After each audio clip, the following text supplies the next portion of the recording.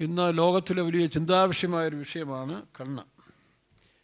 അതിലൊന്നാമത് നമുക്കറിയാം, ഈ ലൂസിഫറിൻ്റെയൊക്കെ സിനിമ ഇറങ്ങിയോടുകൂടി എതിർ ക്രിസ്തു ഒറ്റക്കണ്ണനാണെന്ന് പലരും ഇങ്ങനെ വ്യാഖ്യാനിക്കാറുണ്ട്. എന്നോട് ചിലർ ചോദിച്ചിട്ടുണ്ട്, ഈ വരുന്ന എതിർ ക്രിസ്തുവിന് നെറ്റിയിൽ ഒറ്റക്കണ്ണനാണോ എന്ന് ചോദിക്കുന്നുണ്ട്. അപ്പോൾ ഈ ഒറ്റക്കണ്ണെന്ന് പറയുന്നത് നമുക്കറിയാം, ഇന്ത്യയുടെ ആർഷഭാരതത്തിൻ്റെ ബാക്ക്ഗ്രൗണ്ടിൽ ഒരു വിശ്വാമിത്ര മഹർഷിയെക്കുറിച്ച് നമ്മൾ കാണുന്നുണ്ട്. വിശ്വാമിത്ര മഹർഷിക്ക് നെറ്റിയിൽ കണ്ണുണ്ടായിരുന്നതാണ്. അഫ്ഗാൻ പ്രവിശ്യയിൽ, അന്ന് ഇന്ത്യ, പാകിസ്ഥാൻ, അഫ്ഗാൻ ഇതെല്ലാം പേർഷ്യൻ രാജ്യത്തോട് തൊട്ടെടുക്കുന്ന, ഇറാനോട് ചേർന്ന് കിടക്കുന്ന സ്ഥലമല്ലായിരുന്നു, അഫ്ഗാൻ ബോർഡറാണ്. അപ്പോൾ ആ കാലങ്ങളിൽ അഫ്ഗാൻ ഒരു വലിയ അനുഗ്രഹിക്കപ്പെട്ട പ്രദേശമായിരുന്നു. താലിബാനിസം അവിടെ കയറിയെങ്കിലും ഇന്ത്യയുടെ ഒരു ഹെഡ് അഫ്ഗാൻ സ്ഥലമെന്ന് പറഞ്ഞാൽ വളരെ ബ്യൂട്ടിഫുൾ പ്ലേസായിരുന്നു. നല്ല ജ്ഞാനികളും അറിവുള്ള മനുഷ്യരൊക്കെ താങ്ങിയ ഒരു സ്ഥലമായിരുന്നു. അപ്പോൾ ആ കാലങ്ങളിൽ യേശുവിൻ്റെ ജനനത്തിങ്കിൽ നക്ഷത്രത്തെ കണ്ട് ബത്ലഹേമിലേക്ക് പോയ കിഴക്കുന്ന് വന്ന രാജാക്കന്മാരെന്ന് പറഞ്ഞാൽ അത് ഇന്ത്യയുടെ കേരളത്തിൽ നിന്ന് വന്നതല്ല. അന്ന് ഇന്ത്യയുടെ തലപ്പത്താണ് അഫ്ഗാൻ. അഫ്ഗാൻ, ഇറാൻ, ആ പ്രവിശ്യയിൽ നിന്ന് ഓരോ രാജാക്കന്മാരും നക്ഷത്രത്തെ കണ്ടിങ്ങനെ കൂട്ടം കൂടി പോയി യെരുശലേമിൽ വന്നപ്പോൾ ഇവരെല്ലാം ഒന്നിച്ചു കൂടി. കാരണം നക്ഷത്രം എന്ന് പറഞ്ഞാൽ അസ്ട്രോണമിയാണ്. അതിലൊരു കണക്കുണ്ട്, മകയിരം, കാർത്തിക, അല്ലേ?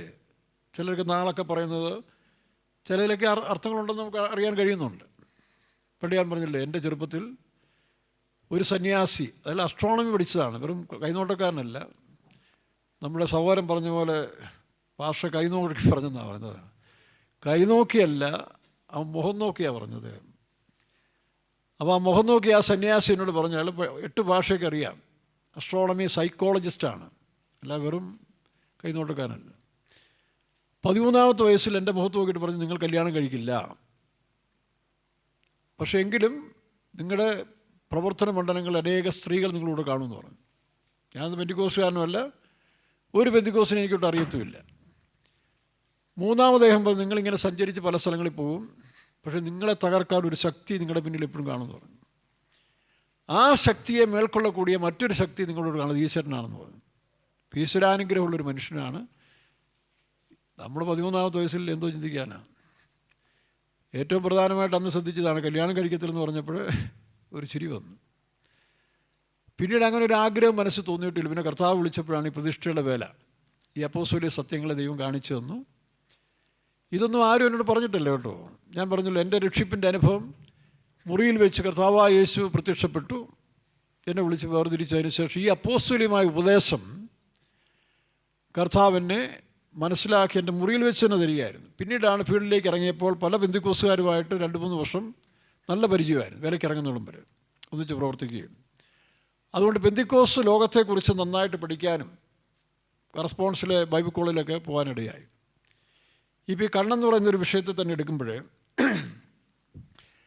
ഒരു പാസ്റ്റർ, നമ്മുടെ 2-3 പാസ്റ്റർമാർ, ഞാൻ ഈ 3 സ്റ്റേജസ് അല്ലെങ്കിൽ സക്കറിയ പ്രവചനം 4-ാം അധ്യായത്തിൻ്റെ വ്യാഖ്യാനം കൊടുത്ത സമയത്ത് പാസ്റ്റർ ടി ഉൾപ്പെടെ, pastor Don, pastor Bobby, pastor SB Ernest, അങ്ങനെ പ്രധാനപ്പെട്ട പല പാസ്റ്റർമാരും പിന്നെ അത് സപ്പോർട്ട് ചെയ്തു.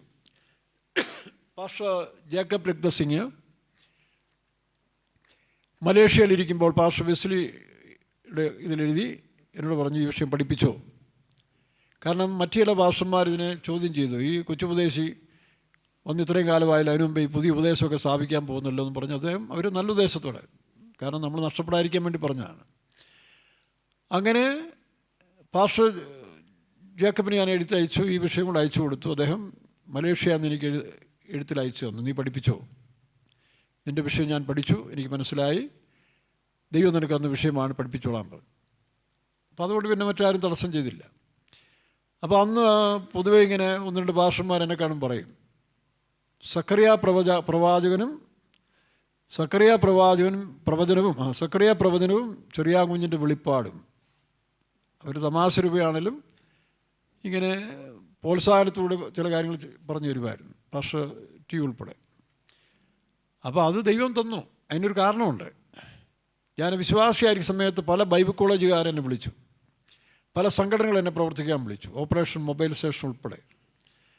അമേരിക്കയിലെ പ്ലെയിൻ ട്രൂത്ത് മാസിക ഇറക്കുന്ന ചർച്ച് ഓഫ് ക്രൈസ്റ്റിൻ്റെ ആണെന്ന് തോന്നുന്നു, church of God in Christ. അവർ എൻ്റെ അഡ്രസ് ആരോ കൊടുത്തു. അവരെനിക്ക് മാസികളൊക്കെ അയച്ച് പുസ്തകങ്ങൾ അയച്ചു തരാൻ തുടങ്ങി. അവർ കറസ്പോൺസ് കോഴ്സ് സയൻസും ബൈബിളും ആധാരമാക്കിയുള്ള കോഴ്സ് അയച്ചു തന്ന് പഠിക്കാൻ തുടങ്ങി. അവരെന്നെ ക്ഷണിക്കുകയും ചെയ്തു, താല്പര്യമുണ്ടെങ്കിൽ ഇങ്ങ് വരാം. അപ്പോൾ ഞാൻ TPMൻ്റെ ഇതില്ലേ മുളക്കട ബൈബിൾ കോളേജിൽ എനിക്ക് അഡ്മിഷൻ ശരിയായിക്കൊണ്ടൊരാൾ വന്നു. അവിടുത്തെ ഒരു ലെക്ചറാണ്. അതാണെങ്കിൽ ഡിഗ്രി വാല്യൂ ഉള്ളതാണ്, സലാംപൂർ യൂണിവേഴ്സിറ്റിയുടെ. അപ്പോൾ എനിക്കിതൊന്നും അന്ന കാലത്തൊന്നും അറിയാത്തതുകൊണ്ട് ഞാനെപ്പോഴും മുട്ടുകുത്തും. രാത്രി എൻ്റെ മുറിയിൽ മുട്ടുകുത്തി ദൈവത്തോട് സംസാരിക്കും, പ്രാർത്ഥിക്കും. അപ്പോൾ ദൈവം എന്നോട് പറഞ്ഞു, നീ ഒരു ബൈബിൾ കോളേജിലും പോകണ്ട, എൻ്റെ അപ്പോസ്തലന്മാരെ പഠിപ്പിച്ച പോലെ നടത്തിയ പോലെ ഞാൻ പഠിപ്പിച്ചോളാം. അന്ന് ദൈവം എനിക്കൊരു പ്രോമിസ് ചെയ്തു, ഇന്ന് വരെയും ലോകത്തിൽ ഒരു ബൈബിൾ കോളേജിലും പഠിപ്പിക്കാത്ത ഒരു പുതിയ വിഷയം ഞാൻ നിനക്ക് തരുമെന്ന് പറഞ്ഞു. 79-ലാണ്. ഇത് നമുക്കെല്ലാം അറിയാം എന്താ പുതിയ വിഷയം, ബൈബിൾ തന്നെ ശരിക്കറിയാത്ത കാലഘട്ടം. പക്ഷെ പിന്നീട് ഈ 3 സ്റ്റേജസ് ഓഫ് ടെമ്പിൾ, 3 ആലയങ്ങളെക്കുറിച്ചുള്ള വിഷയം ഇത് നമ്മുടെ TPMലെ പുസ്തകത്തിലൊക്കെ ഉണ്ടല്ലോ. സമാവുടെ ആലയം, സൊലോമോൻ്റെ ആലയം, സെരുബാബിൻ്റെ ആലയം വരെ ഉണ്ട്. അപ്പോൾ ഈ വിഷയം എനിക്കും വളരെ ഇഷ്ടം. ഞാൻ മദ്രാസിൽ ആദ്യത്തെ വർഷങ്ങൾ അവിടെ ആയിരുന്നുകൊണ്ട് എനിക്കത് ഇഷ്ടമായിരുന്നു. ഞാൻ പഠിക്കാൻ തുടങ്ങി. അപ്പോൾ പാസ്റ്റർ ഏണസ്റ്റ് 1984 നമ്മുടെ പേരുമാറ്റ വിഷയത്തോട് ചേർന്ന് സഭയിൽ പ്രശ്നം ഉണ്ടായല്ലോ. ഫിലിപ്പിച്ചായൻ്റെ മരണവും ദി പെന്തിക്കോസ് മിഷൻ മാറിയതും പല ഫെയ്ത്തുകളിൽ അവർ പിടിച്ചെടുക്കുകയൊക്കെ ചെയ്ത സംഭവം. അപ്പോൾ അതൊരു കാലഘട്ടമായിരുന്നു. ഉദാഹരണം പറഞ്ഞാൽ പെന്തിക്കോസിലെ കാലഘട്ടങ്ങളുണ്ട്. ഇപ്പോൾ 20-ാം നൂറ്റാണ്ടിലെ കാലഘട്ടം എന്ന് പറയുന്നതും 1-ാം നൂറ്റാണ്ടിലെ കാലഘട്ടത്തിനും ചില സാമ്യതയുണ്ട്. 1-ാം നൂറ്റാണ്ടിൽ വന്ന സഭയുടെ ഉണർവ്, സഭകളെല്ലാം സ്ഥാപിക്കപ്പെട്ടതിന് ശേഷം 3-ാം നൂറ്റാണ്ടിന് ശേഷം സഭയിൽ ലോകം കയറാൻ തുടങ്ങി അധികമായിട്ട്. അങ്ങനെയാണ് കോൺസ്റ്റന്റൈൻ ചക്രവർത്തിയുടെ മതം മാറ്റത്തോടുകൂടി ഇതൊരു മതമായി മാറി. ആ മതത്തിൻ്റെ പിൻഗാമികളാണ്, ക്രിസ്തു മതത്തിൻ്റെ പിൻഗാമിയാണ് ഓർത്തഡോക്സ് റോമൻ കത്തോലിക്ക സഭ എന്ന് നമുക്ക് കാണാൻ കഴിയുന്നുണ്ട്. അത് പിന്നെ ബ്രാഞ്ചായിട്ട് ഒരുപാട് വന്നിട്ടുണ്ടെന്നുള്ളതല്ലോ.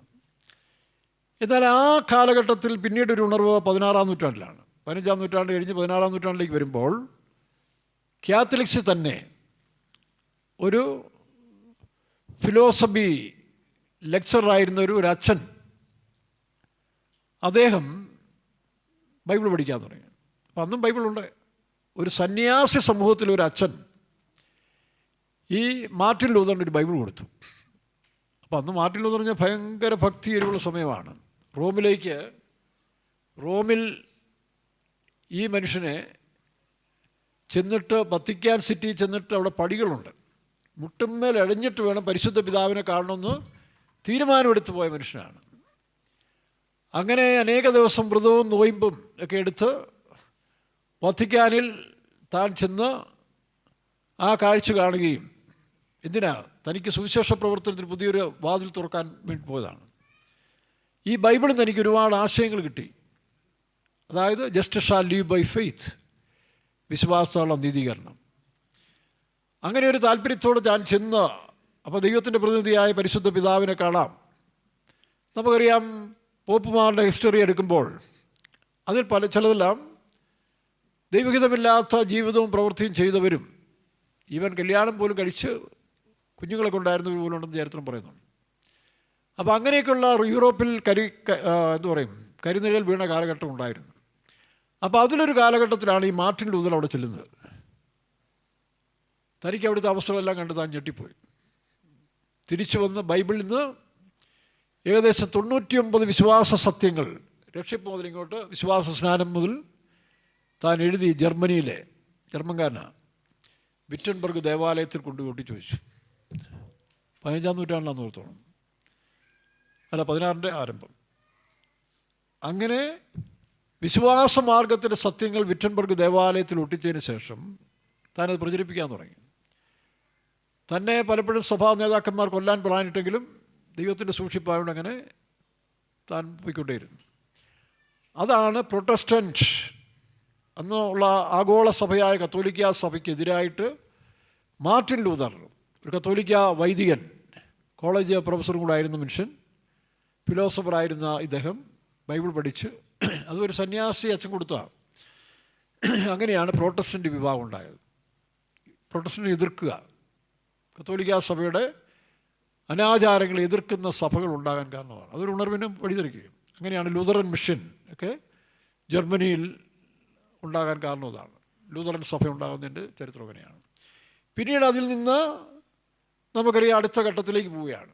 20-ാം നൂറ്റാണ്ടിലേക്ക് വരുമ്പോൾ പല സംഘടനകൾ, Wesley, John Wesley, Charles Wesley, Wesleyan churches, Methodist, Baptist, ഇങ്ങനെ പല സഭകളുണ്ടാകുകയും രക്ഷാസ്നാനം, അങ്ങനെയാണ് അവരും വന്ന് ഈ നോർത്ത് ഈസ്റ്റിലെ വന്ന് അനേകരെ നാഗാലാൻഡെല്ലാം ഇത് ക്രിസ്തുവിലേക്ക് നടത്തിയത്. അപ്പോൾ ആ 20-ാം നൂറ്റാണ്ടിൽ വരുമ്പോൾ നമുക്കറിയാം പരിശുദ്ധാത്മാവിൻ്റെ വലിയ പകർച്ച ലോസ് ഏഞ്ചൽസിലെ, അതുപോലെ തന്നെ കാനഡയുടെ പ്രവിശ്യയിലെ ഒരു കൂട്ടം കറുത്ത വർഗ്ഗക്കാരും ഒരു കൂട്ടം വെളുത്ത സായിപ്പന്മാരും ഒരുപോലെ അഭിഷേകം പ്രാപിച്ചു. ഇവർ അഭിഷേകം പ്രാപിച്ചു കഴിഞ്ഞപ്പോൾ അഭിഷേകം ഒന്നാക്കി. തൊലിയുടെ വ്യത്യാസവും ഭാഷയുടെ വ്യത്യാസവും എല്ലാം മാറ്റി ആത്മാവിലൊന്നായി. അതായത് കാന്തം പോലെ എൻ്റെ അകത്തും പരിശുദ്ധാത്മാവ്, വേറൊരാളകത്തും പരിശുദ്ധാത്മാവ് അവർ തമ്മിൽ കാണുമ്പോൾ അറിയാൻ ഒട്ടിപ്പോകും. ഇതിനൊരു ഉദാഹരണം പറഞ്ഞാൽ, പാസ്റ്റർ ഡോൺ കോട്ടയം കൺവെൻഷൻ വരുന്ന സമയത്തിൽ, ഇപ്പോൾ ഞങ്ങളിങ്ങനെ കൺവെൻഷൻ്റെ അറേഞ്ച്മെൻറ്റ്സ് എല്ലാം നടത്തിക്കൊണ്ടിരിക്കുക. പാസ്റ്റർ കെ സി വരീസുള്ള സമയമാണ്. പാസ്റ്റർ ഡോൺ നല്ല വെളുത്ത് സായിപ്പല്ലേ, അദ്ദേഹമാണെങ്കിൽ വലിയൊരു ഹൈ യഹൂദ പാരമ്പര്യത്തിൽ നിന്ന് വന്ന ഒരു മനുഷ്യൻ കൂടാണ്. അദ്ദേഹത്തിൻ്റെ അമ്മ ജ്യൂസ് ട്രഡീഷനാണ്. അപ്പോൾ ഈ നമ്മുടെ അപ്പച്ചന്മാർ 2-3 പേര് വിശ്വാസി അപ്പച്ചന്മാർ ഡോൺ അപ്പച്ചനെ കാണാൻ വേണ്ടി ഗേറ്റിൽ പോയി നിൽക്കുക. അത് നല്ല കറുപ്പാണ്, എന്നേക്കാളും നല്ല കറുപ്പാണ്. ഒറിജിനൽ 7 അടകുള്ള കറുപ്പുള്ള അച്ചായന്മാരാണ്. ഒരു വിദ്യാഭ്യാസമില്ലാതെ പ്രായം ചെന്ന അച്ചായന്മാർ. ആരെ കാണാൻ? ഡോണപ്പച്ചനെ. ഈ ഡോണപ്പച്ചൻ അല്ലെങ്കിൽ ഈ അപ്പച്ചന്മാരായിരുന്നു ബ്ലഡ് റിലേഷൻ അല്ലല്ലോ, എന്നാലും ആത്മാവിൻ്റെ ഐക്യത ഞാൻ പറയുന്നത്. അപ്പോൾ ഇവർ 2-3 അച്ചപ്പച്ചന്മാർ പ്ലാൻ ചെയ്ത് ആദ്യമേ കാണാൻ കാറിൽ വരുമ്പോൾ ഇങ്ങനെ കുനിഞ്ഞ് നോക്കണം. അപ്പോൾ ഞങ്ങൾ ശ്രദ്ധിച്ചുകൊണ്ടിരുന്നു. അപ്പോൾ കാറിലെ പാസ്റ്റർ ഡോൺ വന്ന ഉടനെ ഇവർ അപ്പോൾ സ്വോത്രമെന്ന് പറഞ്ഞു കേട്ടോ. പാസ്റ്റർ ഡോണിൻ്റെ കാർ നിർത്തി ചാടി ഇറങ്ങി ഈ 3 അപ്പച്ചന്മാരും കെട്ടിപ്പിടിച്ച് എനിക്ക് തോന്നുന്നൊരു 10-15 മിനിറ്റ് അവൾ എല്ലാവരും കൂടെ അന്യഭാഷ പറഞ്ഞ ആത്മാവിൽ ഈ 4 പേരും കൂടെ ഞങ്ങളെല്ലാം നോക്കിക്കുക. അതാണ് പരിശുദ്ധാത്മ. അപ്പം കാനഡയിലും ലോസ് ഏഞ്ചൽസിലുണ്ടായ ഈ 2 വിഭാഗങ്ങളെ ക്രിസ്തുവിൽ ഒന്നാക്കിക്കൊണ്ട് പരിശുദ്ധാത്മാവിൻ്റെ ഉണർവ് ആരംഭിച്ചതാണ് പെന്തിക്കോസ്റ്റ് മാർഗം എന്ന് പറയുന്നത്. അങ്ങനെ ആ കാലങ്ങളിൽ പെന്തിക്കോസ്റ്റ് മാർഗത്തിൻ്റെ ഒരു വലിയ ആളാണ് രമാഭായി. അവരൊരു ബ്രാഹ്മണ സ്ത്രീയാണ്. സത്യത്തെ തേടി ഇറങ്ങിത്തിരിച്ച് അവസാനം യേശു ക്രിസ്തുവിനെ കണ്ടെത്തി. എനിക്കൊന്ന് പൂനായിലാണെന്ന് തോന്നുന്നു. അവരുടെ വലിയൊരു ആശ്രമമുണ്ട്. ആ ആശ്രമത്തിൽ അന്ന് സതി, അതായത് ഭർത്താവ് മരിച്ച ഭാര്യയെ ചതയിൽ ചാടണമെന്നുള്ള വലിയ നിർബന്ധമുള്ള കാലമാണ്. അതും 70 വയസ്സുള്ള ആണായിരിക്കും 10 വയസ്സുകാരെ കല്യാണം കഴിക്കുന്നത്. ഇങ്ങനെ ചത്തുപോയി കഴിഞ്ഞാൽ ഇവർ ചാവണമെന്ന നിയമം. അത് ആദ്യമായിട്ട് അതിനെ എതിർത്തത് വില്യം കേറിയാണ്. പിന്നീട് ഈ രമാഭായി. അതിനുശേഷമാണ് രാജാ റാം മോഹൻ റോയ് അവരോട് ചേർന്നു ബെന്റിക് പ്രഭു സതി നിർത്തലാക്കി. അങ്ങനെയുള്ള അനേക പരിഷ്കാരങ്ങൾ ഈ യൂറോപ്യൻ അല്ലെങ്കിൽ അമേരിക്കൻ മിഷണറിമാർ, ഇംഗ്ലീഷ് മിഷണറിമാർ നടപ്പാക്കിയെടുത്തിട്ടുണ്ട്. അപ്പോൾ ഈ രമാഭായി ഒരുപാട് സ്ത്രീകളെ, വിധവകളെ കൊണ്ട് സംരക്ഷിച്ച് അവിടെയും പരിശുദ്ധാത്മാവിൻ്റെ വലിയ പകർച്ച അവരുടെ ആശ്രമത്തിലുണ്ടായിരുന്നു. ഇങ്ങനെ ചരിത്രത്തിൽ പറയുന്നുണ്ട്. അങ്ങനെയാണ് പെന്തിക്കോസ്തിൻ്റെ ഉണർവുണ്ടായത്. പിന്നെ കേരളത്തിൽ cook Sahib AG assemblies of God ആദ്യം പ്രവർത്തിച്ച് പിന്നീടാണ് പാസ്റ്റർ പോൾ TPMലേക്ക് വരുന്നത്. ഇപ്പോൾ TPMന് 3 ഘട്ടങ്ങൾ നമ്മൾ കാണാൻ കഴിയുന്നുണ്ട്. ഒന്ന് 1905 ആരംഭിച്ച പരിശുദ്ധാത്മാവിൻ്റെ അഭിഷേകത്തോടുകൂടി അഭിഷിക്തരായ മനുഷ്യരെ ലോകത്തിൻ്റെ വിവിധ ഭാഗങ്ങൾ ദൈവം ഉരുവാക്കിക്കൊണ്ടിരുന്നു. എന്നാൽ ഘട്ടം ഘട്ടമായിട്ട് അതിനു മുമ്പ് തന്നെ മർത്തോമക്കാരിലുണ്ടായൊരു ഉണർവ്, പിന്നെ ബ്രദർ മിഷൻകാർ, ഇതൊന്നും പിശാചൊന്നുമല്ല കേട്ടോ, ദൈവത്തിൻ്റെ ആത്മാവ് തന്നെയാണ്. അതിനുശേഷമാണ് പെന്തിക്കോസ്റ്റ് ഉണർവുണ്ടായത്. ഈ പെന്തിക്കോസ്റ്റ് ഉണർവ് വന്ന് പാസ്റ്റർ പോളിന് മറ്റുള്ളവരെക്കാൾ ഒരു പ്രത്യേക, അല്ലെങ്കിൽ മറ്റുള്ള പലർക്കും നേരത്തെ കൊടുത്തതാണ് ഒരു വിശ്വാസ ജീവിതത്തിൻ്റെ മാർഗം. എല്ലാം വിട്ട് ആദിമ അപ്പോസ്തലന്മാരെ പോലെ ഇറങ്ങി വരണം. അങ്ങനെയാണ് ഈ മാർഗം വീണ്ടും ദൈവം ഉദ്ധരിച്ച്. ഇതിനെ റെസ്റ്റോറേഷൻ എന്നാണ് കേട്ടോ. നമ്മൾ പറയരുത് ഞങ്ങളുടെ സഭയുണ്ടായിട്ട് 103 വയസ്സായി, 103 വയസ്സായ ഈ മുത്തശ്ശിയാണെന്നൊന്നും പറയരുത്. അങ്ങനെയൊക്കെ പറയുന്ന പാസ്റ്റർമാരുണ്ട്. അതൊക്കെ തെറ്റാണ്. 103 വയസ്സൊന്നും അല്ല ഇതിന് പ്രായവും കാലമൊന്നുമില്ല. ജീവാരംഭവും ജീവാവസാനമൊന്നുമില്ല ആത്മാവിന്. അപ്പോൾ അങ്ങനെയൊക്കെ ചില ഈ പെന്തിക്കോസ് ജനിച്ചവർക്കാണ് അറിയാതെ വരുന്നതാണ് കേട്ടോ. ഞങ്ങളെപ്പോലുള്ള സമുദായത്തിൽ വരുന്നവർക്ക് സമുദായം വിട്ടുകൊണ്ട് ഇത് ഒരു സമുദായ മതമായി ഞങ്ങൾ കാണത്തില്ല. അതാണ് ഞങ്ങൾ ഇവിടെയുള്ള ഒരുപാട് ചില ക്ലാഷ് ഉണ്ടാകുന്നതിൻ്റെ കാരണം. അങ്ങനെ സ്നേഹത്തിൻ്റെ ക്ലാഷാണ് കേട്ടോ. അപ്പോൾ അതുകൊണ്ട് ഈ 103 വയസ്സാണെന്നും പാസ്റ്റർ പോളാണ് സ്ഥാപിച്ചെന്ന് പറയുന്നത്. പാസ്റ്റർ പോളിനെ കൂടി നവീകരണ കർത്താവായെന്ന് മാത്രമേ ഉള്ളൂ.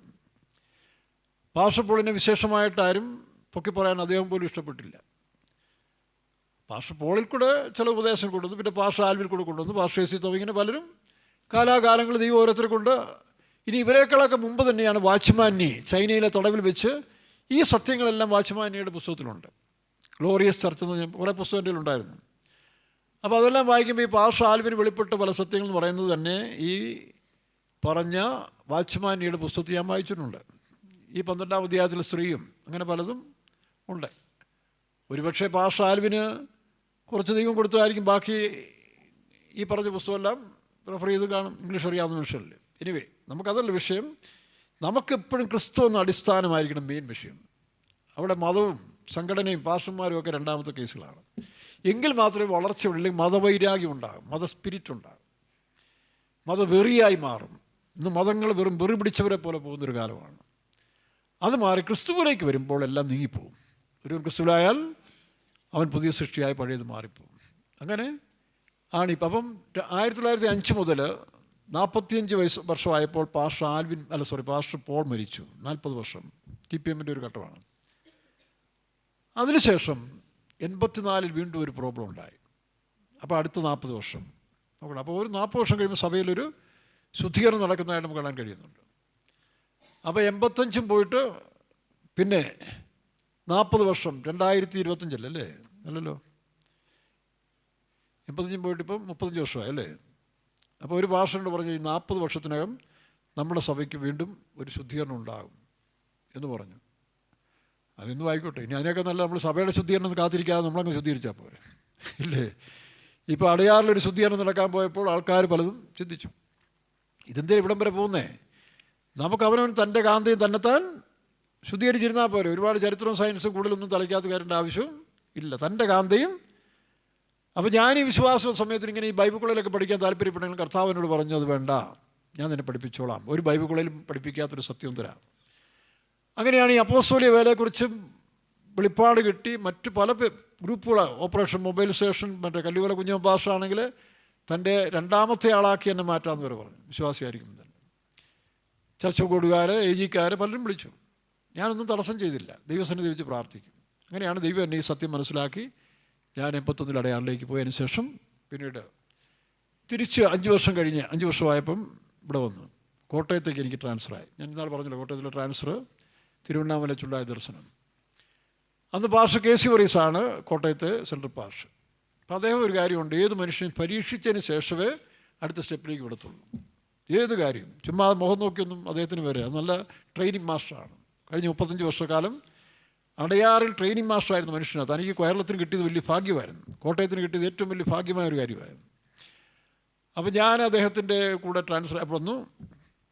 ആദ്യമായിട്ട് എൻ്റെ പരീക്ഷ ഇതായിരുന്നു, ടെസ്റ്റ്. ഇവനെന്തുണ്ട്, ഇവനെന്തുമാത്രം കോളിങ് എല്ലാം അറിയാൻ വേണ്ടി താൻ എന്നോട് പറഞ്ഞു, ഒരു ഞായറാഴ്ച രാവിലെ, ആ വന്നതിൻ്റെ അടുത്ത ഞായറാഴ്ച രാവിലെ പറഞ്ഞു, കുറിച്ചിയിൽ സഭായോഗത്തിന് പോകണമെന്ന് പറഞ്ഞു. ശരി, പോയി. അപ്പം കോട്ടയം സെൻറ്ററിലേക്കല്ലേ വന്നു. സഭായോഗം തുടങ്ങിയപ്പോൾ എന്നെ വിളിച്ചിട്ട് പറഞ്ഞു 17 മിനിറ്റ് പ്രസംഗിക്കണം. എത്ര മിനിറ്റാ? 17 മിനിറ്റ്. ഏതാ 15ഓ 20ഓ അല്ല, 17 മിനിറ്റ് പ്രസംഗിക്കണം. ശരി. അപ്പോൾ താൻ വളരെ ശ്രദ്ധിച്ചുകൊണ്ടിരുന്നത് പ്രസംഗം എന്താണ്. അപ്പോൾ ഞാൻ പ്രസംഗിക്കാൻ തുടങ്ങി. ഞാൻ ടൈമൊന്നും നോക്കിയില്ല കേട്ടോ, ക്ലോക്കേ നോക്കിയില്ല, ഒന്നും നോക്കിയില്ല. ശരിയെന്ന് പറഞ്ഞ അനുസരണത്തിന് കീഴ്പ്പെട്ട് ഞാൻ പ്രസംഗിക്കാൻ എഴുന്നേറ്റു. നിങ്ങളിലുള്ളവൻ ലോകത്തുള്ളവനേക്കാൾ വലിയവൻ. ആ വാക്യം വായിച്ച് 1 യോഹന്നാൻ 4:4. അതിനുശേഷം ഏതോ കാര്യം പറഞ്ഞതിന് ശേഷം അതിൻ്റെ എക്സ്പ്ലനേഷൻ കൊടുത്തത് 2 രാജാക്കന്മാർ 6-ാമത്തെ അധ്യായത്തിൽ ഏതാ ഈ എലീശാ ശിഷ്യനോട് പറഞ്ഞില്ലേ, നമ്മോടുകൂടെയുള്ളവർ അവരെ ഉള്ളതിനേക്കാൾ അധികം. അപ്പോൾ ഈ പഴയ നിയമം പുതിയ നിയമം കമ്പയർ ചെയ്ത് പ്രസംഗിച്ച് ഞാൻ ഇരുന്നപ്പോൾ ക്ലോക്കേ നോക്കി. ഒരു വിധത്തിൽ പറഞ്ഞാൽ ആത്മാവിനെ കൊണ്ട് നടത്തിയായിരിക്കും. ഇരുന്നപ്പോൾ കറക്റ്റ് 17 മിനിറ്റ്. ഞാൻ ടൈം നോക്കി പ്രസംഗിച്ചതല്ല, പക്ഷേ അത് കറക്റ്റായിട്ട് ആത്മാവ് കമ്പോസ് ചെയ്ത് കൈ തന്നു. പാഷ് വലിയ ഇഷ്ടമായി. അന്ന് ഇതിൻ്റെ ഹൈ റേഞ്ചിൻ്റെ ഹെഡ് ഏലപ്പാറയായിരുന്നു. മാസികമൊക്കെ നടത്തുന്ന അന്ന് ഏറ്റവും വലിയ സഭയും മാസികവും നടക്കുന്നതൊക്കെ ഏലപ്പാറയാണ്. അപ്പോൾ അവിടത്തേക്ക് ഒരാളെ വെക്കാൻ പുള്ളി ഇങ്ങനെ ആഗ്രഹിച്ചുകൊണ്ടിരിക്കുക. അപ്പോഴാണ് ഈ പഴയ നിയമം പുതിയ നിയമം കോട്ട് ചെയ്ത് സംസാരിക്കുന്ന പുള്ളി വലിയ സന്തോഷമായി. എന്നോട് ഞാൻ അടുത്ത ദിവസം നമുക്ക് ഏലപ്പാറയ്ക്ക് പോകണം. അങ്ങനെ ആണ് ഈ ഹൈ റേഞ്ചിൽ ആദ്യമായിട്ട് 85-ൽ ഏലപ്പാറയിൽ മിനിസ്ട്രി ആരംഭിച്ച്. ഏലപ്പാറ ഞാൻ വരുമ്പോൾ ഈ പ്രശ്നത്തിൻ്റെ ഗുരുതരമായ സമയത്താണ്. 3 സുവിശേഷ വേലക്കാർ ഏലപ്പാറയിൽ നിന്ന് പോയി. ഒരു കുടുംബസ്ഥൻ വേല വിട്ടു പോയി. അതിനു മുമ്പ് ഒരു നല്ല യൗവനക്കാരനായൊരു മൂപ്പൻ, അദ്ദേഹം വേറെ രീതിയിൽ പോയി. പിന്നെ മദ്രാസിൽ നിന്ന് അയച്ച ഒരു ഏലപ്പാറയ്ക്ക് അയച്ചൊരു സഹോദരനെ അന്ന് സീക്കാർ റെയിൽവേ സ്റ്റേഷൻ വെച്ച് സ്വീകരിക്കാൻ വന്നതാണെന്ന് പറഞ്ഞുകൊണ്ട് ഇദ്ദേഹത്തെ കൊണ്ട് പത്തനംതിട്ട കൊണ്ടുപോയി. അവസാനം പുള്ളിക്ക് ഇറങ്ങി തിരിച്ച് മദ്രാസിൽ വീട്ടിലും കണ്ടു പോയി. അപ്പോൾ ഞാനിവിടെ ചെല്ലുമ്പോൾ വലിയ സാത്താൻ്റെ ഭയങ്കര ശക്തി ഏലപ്പാറയിൽ പ്രവൃത്തി സമയമാണ്. വിശ്വാസികൾ തന്നെയും പലരും ലോകത്തിലേക്ക് അങ്ങ് പോയി. കാരണം ഈ 3 വേലക്കാരുടെ തകർച്ച, പ്രത്യേകിച്ച് 2 വേലക്കാരുടെ വളരെ മോശമായ രീതിയിലേക്ക് സഭയിലെ പലരും ലോകത്തിലേക്ക് ഇറങ്ങി, യൗവനക്കാരും പോകാൻ തുടങ്ങി. അപ്പോൾ എനിക്ക് പരിശുദ്ധാത്മാവിൽ അത് ഗ്രഹിച്ചുകൊണ്ട് എനിക്ക് സഹിക്കാനൊത്തില്ല. അന്ന് പുനലൂർ കുഞ്ഞമ്മ കോശി മദറാണ്, പ്രായമുള്ളൊരു മദർ എൻ്റെ കൂടെ ഇപ്പോൾ. അവർ നല്ലൊരു പ്രാപ്തിയായ മദറും വെളിപ്പാടുള്ളൊരു മദറുമാണ്.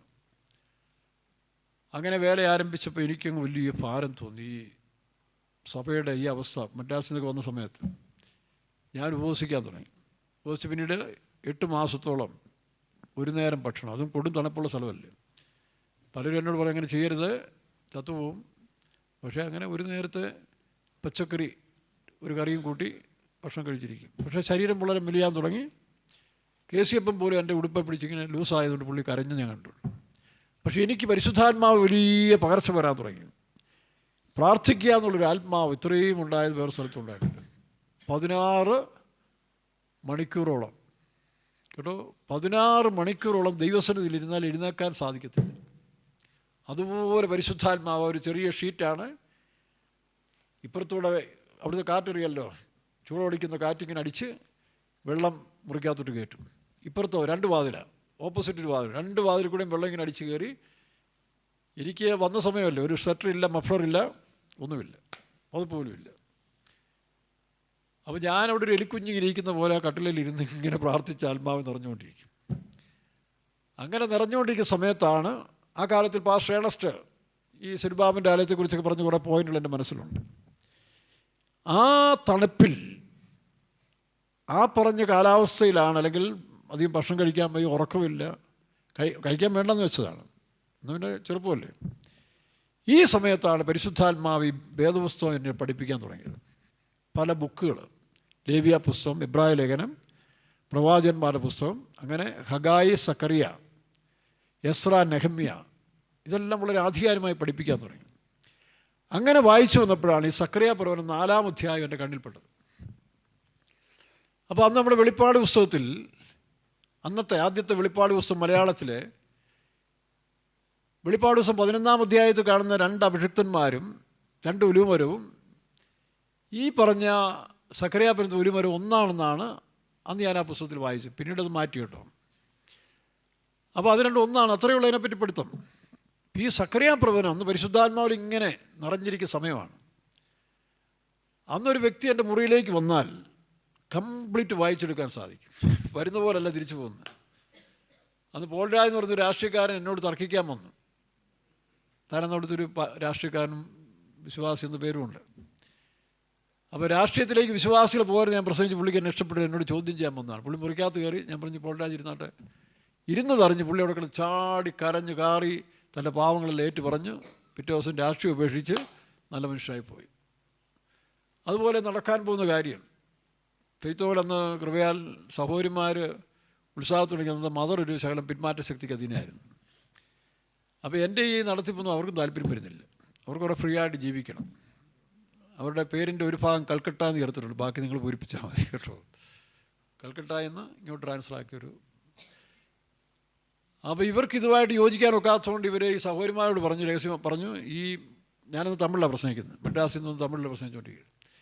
ഈ തമിഴിനെ തിരിച്ച് മദ്രാസിൽ കയറ്റണമെന്ന് പറഞ്ഞു. നിങ്ങൾ എൻ്റെ കൂടെ നിൽക്കണമെന്ന് പറഞ്ഞു. അപ്പോൾ സഹോദരിമാരതിനെ യോജിച്ചില്ല. കാരണം അവർ സ്പിരിച്വലി നല്ല അനുഗ്രഹം പ്രാപിക്കുന്ന സമയമില്ല. അവർ യോജിച്ചില്ലെന്ന് കണ്ടപ്പോൾ പിന്നെ എന്ത് സംഭവിച്ചത് ഞാൻ പറയാം. അപ്പോൾ ഞാനൊരു സ്വപ്നം കാണുക. ഞാൻ ഈ മുറിക്കകത്ത് ഇങ്ങനെ പ്രാർത്ഥിച്ചുകൊണ്ടിരിക്കുമ്പോൾ ഈ അമ്മച്ചി വലിയ പ്രായമൊന്നുമല്ല കേട്ടോ, നല്ല വില്ലാളി വീരിയായ ഒരു സഹോദരിയാണ്, രാഷ്ട്രീയക്കാരിയാണ്, കമ്മ്യൂണിസ്റ്റ് പാർട്ടിയുടെ കുടുംബത്തിൽ നിന്ന് വന്നൊരു പാർട്ടി. അതുകൊണ്ടാണ് തിരുവല്ലായിൽ TV തോമാച്ചാൻ ഇവർക്ക് ട്രാൻസ്ഫർ കൊടുത്തു. കാരണം ഇവർ നാട്ടുകാരെയൊക്കെ ഒന്ന് ഇളക്കി. അപ്പോൾ ട്രാൻസ്ഫർ കൊടുത്തപ്പോൾ പാർട്ടിക്കാരെല്ലാം കൂടി ഇവിടെ പോയി തിരുവല്ലായിൽ ചെന്ന് ഭാഷ അവരെ മാറ്റരുത്, ഞങ്ങളുടെ സൗകര്യമാണെന്ന് പറഞ്ഞത്. ബാക്കി മനസ്സിലായല്ലോ. എനിവേ, അപ്പോൾ ഞാനൊരു സ്വപ്നം കാണുക. ഈ മദറ് ഇങ്ങനെ തട്ടത്തിൽ മറയത്തൊക്കെ വലിച്ചിട്ട് എൻ്റെ മുറിയിലേക്ക് കയറി വരും. സ്വപ്നമാണ് കേട്ടോ. മുറിയിലേക്ക് വന്ന് കയറിയിട്ട് വളരെ ഭാരത്തോടെ, ബ്രദറെ, ഈ സഹോദരിമാർ ബ്രദറിനെതിരായിട്ട് നിൽക്കുകയാണ് കേട്ടോ എന്ന് പറഞ്ഞ് കുറേ കാര്യങ്ങളെല്ലാം ഇവരിങ്ങനെ പറയുന്നുണ്ട്. അത്ര എല്ലാ കാര്യമൊന്നും എനിക്ക് സ്വപ്നത്തിൽ കേട്ട് മനസ്സിലാവുന്നുമില്ല. അപ്പം ഞാൻ അറിയില്ലല്ലോ. ഞാൻ പറഞ്ഞൊരു കാര്യം ചെയ്യും, മദർ പൊക്കോ, പ്രാർത്ഥനയുണ്ടല്ലോ. അപ്പം പ്രാർത്ഥനയിലുള്ള ബന്ധം ഞാൻ മുഖം പോലും പലരുടെ എനിക്ക് കാണാൻ അറിയത്തില്ല. അന്നത്തെ ഒരു മാസയോഗം കഴിഞ്ഞ് സഹോദരിമാർ എന്നോട് എപ്പോഴാണ് പോകുമെന്ന് ചോദിച്ചു. ഏതാ അയലപ്പാറയ്ക്ക്. അപ്പോൾ ഇതേ സഹോദരിമാരെന്ന് പോലെ ഇരിക്കും. അപ്പോൾ ഞാൻ അവരോട് ചോദിച്ചു, നിങ്ങളെവിടെ ഇരിക്കുമെന്ന് ചോദിച്ചു. ഒരു സഹോദരി ഉടനെ കരച്ചിലായി, കൂടെയുള്ളവരെ പോലും. അപ്പോൾ അന്നത്തെ ആ ഒരു അറ്റ്മോസ്ഫിയർ അങ്ങനെ ആയിരുന്നു. എനിവേ, അപ്പോൾ ഇവരിങ്ങനെ വന്ന് കുറേ കാര്യമെല്ലാം പറഞ്ഞ് ഞാൻ പറഞ്ഞു, പൊക്കോ പ്രാർത്ഥനയ്ക്ക് വരാമെന്ന്. പ്രാർത്ഥനയ്ക്കെന്ന് പറഞ്ഞാൽ എന്താ പ്രാർത്ഥന? രാവിലത്തെ സ്വോത്ര പ്രാർത്ഥന 4 മണിക്ക് തുടങ്ങിയ ചിലപ്പം 10 മണിക്ക് നിർത്തുന്നത്. ഏതാ 6 മണിക്കൂറൊക്കെ പ്രാർത്ഥന പോവുക നിമിഷം പോലെ. രാവിലത്തെ 6 മണി പ്രാർത്ഥന അന്ന് KCFൻ്റെ കാലത്ത് 6 മണിക്കാണ്, മദ്രാസ് മോഡലിൽ. 6 മണി പ്രാർത്ഥന ആരംഭിച്ചാൽ 12 മണിക്കൊക്കെയാണ് തീരുന്നത്. അതുപോലെ പരിശുദ്ധാത്മ. അവിടെ വെച്ചാണ് കല്യാണ നിശ്ചയം നടന്ന ഐറിഷ് പെട്ടെന്ന് അഭിഷേകം പ്രാപിച്ച് സുവിശേഷ വേലയ്ക്ക് വന്നു. എനിവേ, അപ്പോൾ ഇവരിങ്ങനെ ഒന്ന് സംസാരിച്ചു. ഞാൻ പറഞ്ഞു, ശരി പ്രാർത്ഥനയ്ക്ക് വരട്ടെന്ന് പറഞ്ഞു. പ്രാർത്ഥനയ്ക്ക് വന്നപ്പോൾ സ്റ്റഡിയിൽ നേരെ തിരിഞ്ഞു. അവർ സൗകര്യമാരായിട്ട് വലിയ പ്രയാസം ഉണ്ടാക്കിയിട്ട് പറഞ്ഞു, നിങ്ങളെപ്പോഴാണ് പാർശ്വപ്പൊക്കെ ഇതെല്ലാം പറഞ്ഞെന്ന് ചോദിച്ചു. അപ്പോൾ ഞാൻ ഈ സ്വപ്നമൊക്കെ പറഞ്ഞു. പിന്നെ അവർ പിന്നെ ശാന്തമായി. അപ്പോൾ ഇങ്ങനെ ഒരു ആത്മീയ അനുഭവം, സ്വർഗീയ സ്ഥലങ്ങൾ വസിക്കുന്ന ഒരു അനുഭവം നമുക്കുണ്ട്. പക്ഷേ എപ്പോഴും കിട്ടത്തില്ല. അങ്ങനെ കിട്ടി നമ്മൾ നിഗളിച്ചു പോകും, അല്ലെങ്കിൽ സ്വർഗത്തിലേക്ക് എടുക്കണം. എനിവേ, അപ്പോൾ ഈ കാലത്ത് ഞാൻ അവിടെ ഇരുന്നുകൊണ്ട് ഈ പുസ്തകങ്ങൾ പഠിക്കാൻ തുടങ്ങി. അങ്ങനെ സക്കറിയാവ് പഠിച്ചപ്പോഴാണ് ഈ വിഷയം, ഇത് പരിശുദ്ധാത്മാവും യേശുക്രിസ്തുവാണെന്നുള്ളത് മനസ്സിലാക്കാൻ ഇടയായത്. ഞാനതെല്ലാം നോട്ട് എഴുതി മദ്രാസിൽ പോയി പാസ്റ്റർ ഏണസ്റ്റുമായിട്ട് ഷെയർ ചെയ്തു. പുള്ളിക്കാരൻ പറഞ്ഞു, എനിക്കും അങ്ങനെയുള്ള കാര്യങ്ങൾ ചിന്തിച്ചതാണ്. പിന്നെ ഞാനത് ഇതുവരെ നമ്മളെ പറയാത്തതുകൊണ്ട് എടുത്തില്ലെന്ന് മാത്രമേ ഉള്ളൂ, നീ പഠിപ്പിച്ചോളാൻ പറഞ്ഞു. അപ്പോൾ അതിൽ നിന്നാണ് ഇന്ന് നമ്മുടെ ഒരു വിഷയം, കണ്ണ്. ഞാൻ പറഞ്ഞല്ലോ, ഇന്ന് ലോകത്തിൽ ആൻറ്റി ക്രൈസ്റ്റ്, എതിർ ക്രിസ്തു ഒറ്റക്കണ്ണനായിട്ട് വരുന്നതാണ് പറഞ്ഞത്. അപ്പോൾ ഈ ഒറ്റക്കണ്ണെന്ന് പറഞ്ഞതിൻ്റെ അർത്ഥം ജ്ഞാനം. കണ്ണെന്ന് പറഞ്ഞാൽ ജ്ഞാനത്തെ കാണിക്കുകയാണ് കേട്ടോ. കണ്ണെന്ന് പറഞ്ഞാൽ ജ്ഞാനം. അപ്പോൾ കണ്ണും ജ്ഞാനമാണ്, തലയും ജ്ഞാനമാണ്. ഇവിടെ നമുക്ക് വായിക്കുമ്പോൾ കഴിഞ്ഞ ആഴ്ച നമ്മൾ ചിന്തിച്ചപ്പോൾ ഒരു കാര്യം വിട്ടുകളഞ്ഞു. ഇത് വെളിപ്പാട് ദിവസം 4-ാം അധ്യായത്തിൻ്റെ 5-ാം വാക്യത്തിൽ സിംഹാസനത്തിന് മുൻപിൽ 7 ദീപങ്ങളും 7 ആത്മാക്കളായ 7 ദീപങ്ങളെ കാണുന്നുണ്ട്. വെളിപ്പാട് ദിവസം 4-ന്റെ 5 വായിച്ച്. സിംഹാസനത്തിൽ നിന്ന് മിന്നലും നാദവും ഇടിമുഴക്കവും പുറപ്പെടുന്നു. ദൈവത്തിൻ്റെ 7 ആത്മാക്കളായ 7 ദീപങ്ങൾ സിംഹാസനത്തിന് മുൻപിൽ ജ്വലിച്ചുകൊണ്ടിരിക്കുന്നു. 7 ആത്മാക്കളായ 7 ദീപങ്ങൾ, അതാണ് നമ്മുടെ പ്രധാന വിഷയം. അപ്പോൾ അതുകൊണ്ടാണ് ഞാൻ പറഞ്ഞത്, ഇത് ഈ ആൻറ്റി ക്രൈസ്റ്റിനെക്കുറിച്ച് ലോകം പറയുന്നവൻ ഒറ്റക്കള്ളനാണ്. അത് ഈ വിശ്വാമിത്ര മഹർഷിയും അങ്ങനെ അവർ പറഞ്ഞുകൊണ്ട്, അവന് വലിയ കണ്ണ്, തൃക്കണ്ണ് നെറ്റിയിലുണ്ടെന്നാണ്. നെറ്റിയെന്നല്ല, മനസ്സ്. അതിനെയാണ് മനക്കൺകൾ എന്ന് വിളിക്കുന്നത്. എഫേസ്യ ലേഖനം 1-ാം അധ്യായത്തിന് 17 തമിഴിൽ വായിക്കുമ്പോൾ അതിന് മനക്കൺകൾ എന്നാണ്. മലയാളത്തിൽ ഹൃദയദൃഷ്ടി പ്രകാശിപ്പിച്ചിട്ട്. അപ്പോൾ അതാണ് അടുത്ത 6-ാമത്തെ ഇന്ദ്രിയം എന്നൊക്കെ പറയുന്നത്.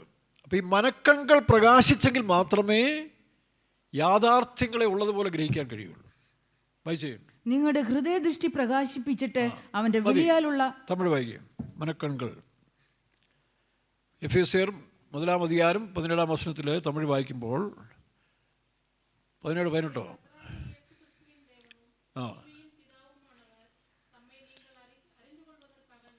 அறிந்து கொள்றதுக்காக ஞானத்தையும் ആവിയെ തന്നിട്ടുള്ള വേണ്ടുമെന്നും നിങ്ങളുടെ അടുത്ത അവസരം പഠിക്കും, മൈക്ക് പഠിക്കും, അടുത്ത അവസരം നിങ്ങളുടെ മനക്കൺകളെ പ്രകാശിക്കും പിടിയുന്നില്ലേ? 18-ാം വാക്യം നമ്മളില്ലയോ? നിങ്ങളുടെ മനക്കൺകളെ പ്രകാശിക്കുംപടി, അല്ല 19-ാം വാക്യമായിരിക്കും അത്.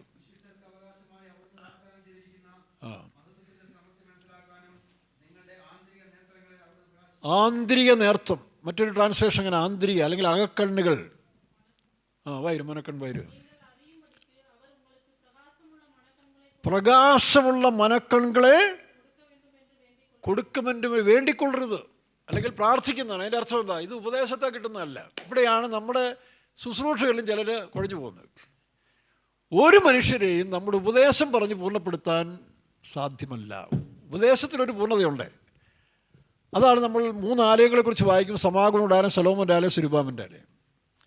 ശലോമോൻ്റെ ആലയം 12 കാളകളുടെ പുറത്തിരിക്കും തൊട്ടി. സമാഗമനയുടെ ആലയത്തിൽ അത് സിംഗിളായിട്ട് കാണുകയാണ്.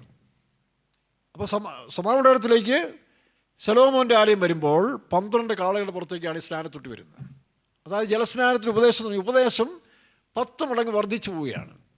അതാണ് രക്ഷിക്കപ്പെട്ടവരെ അപ്പോസ്തല പ്രവൃത്തി 2-ാം അധ്യായത്തിൽ സ്നാനമേറ്റവരെ ദിനംപ്രതി സഭയോട് ചേർത്തു. തീർന്നില്ല, സഭയിൽ വന്നാണ് ഉപദേശം പഠിക്കുന്നത്. അവരെ അപ്പോസ്തലന്മാരുടെ ഉപദേശം 42-ാം വാക്യം വായിക്കുമ്പോൾ അവർ അപ്പോസ്തലന്മാരുടെ ഉപദേശം കേട്ടും കൂട്ടായ്മ ആചരിച്ചു അപ്പം നുറുക്കിയും പോകുന്നു. 42 വായിച്ച്. അവർ അപ്പോസ്തലന്മാരുടെ ഉപദേശം കേട്ടും കൂട്ടായ്മ ആചരിച്ചും. അപ്പോൾ സഭയ്ക്കാണ് ഉപദേശം, സഭയിൽ വന്നാണ് ഉപദേശം. ആ ഉപദേശം ആരാ കൊടുക്കുന്നത്?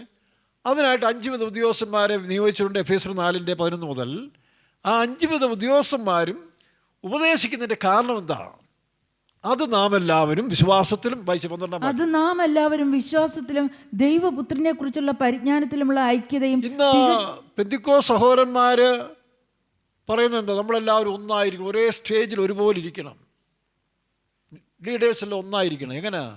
സ്റ്റേജിലോ കസേരയിലോ ഒന്നാക്കുന്ന വിഷയമല്ല ഇത്. ഇത് വിശ്വാസത്തിലും അറിവിലും ഒന്നാകണം. ആ ഐക്യമുണ്ടോ? TPMൽ പറയുന്ന സത്യങ്ങൾ മറ്റുള്ളവർ അംഗീകരിക്കില്ല.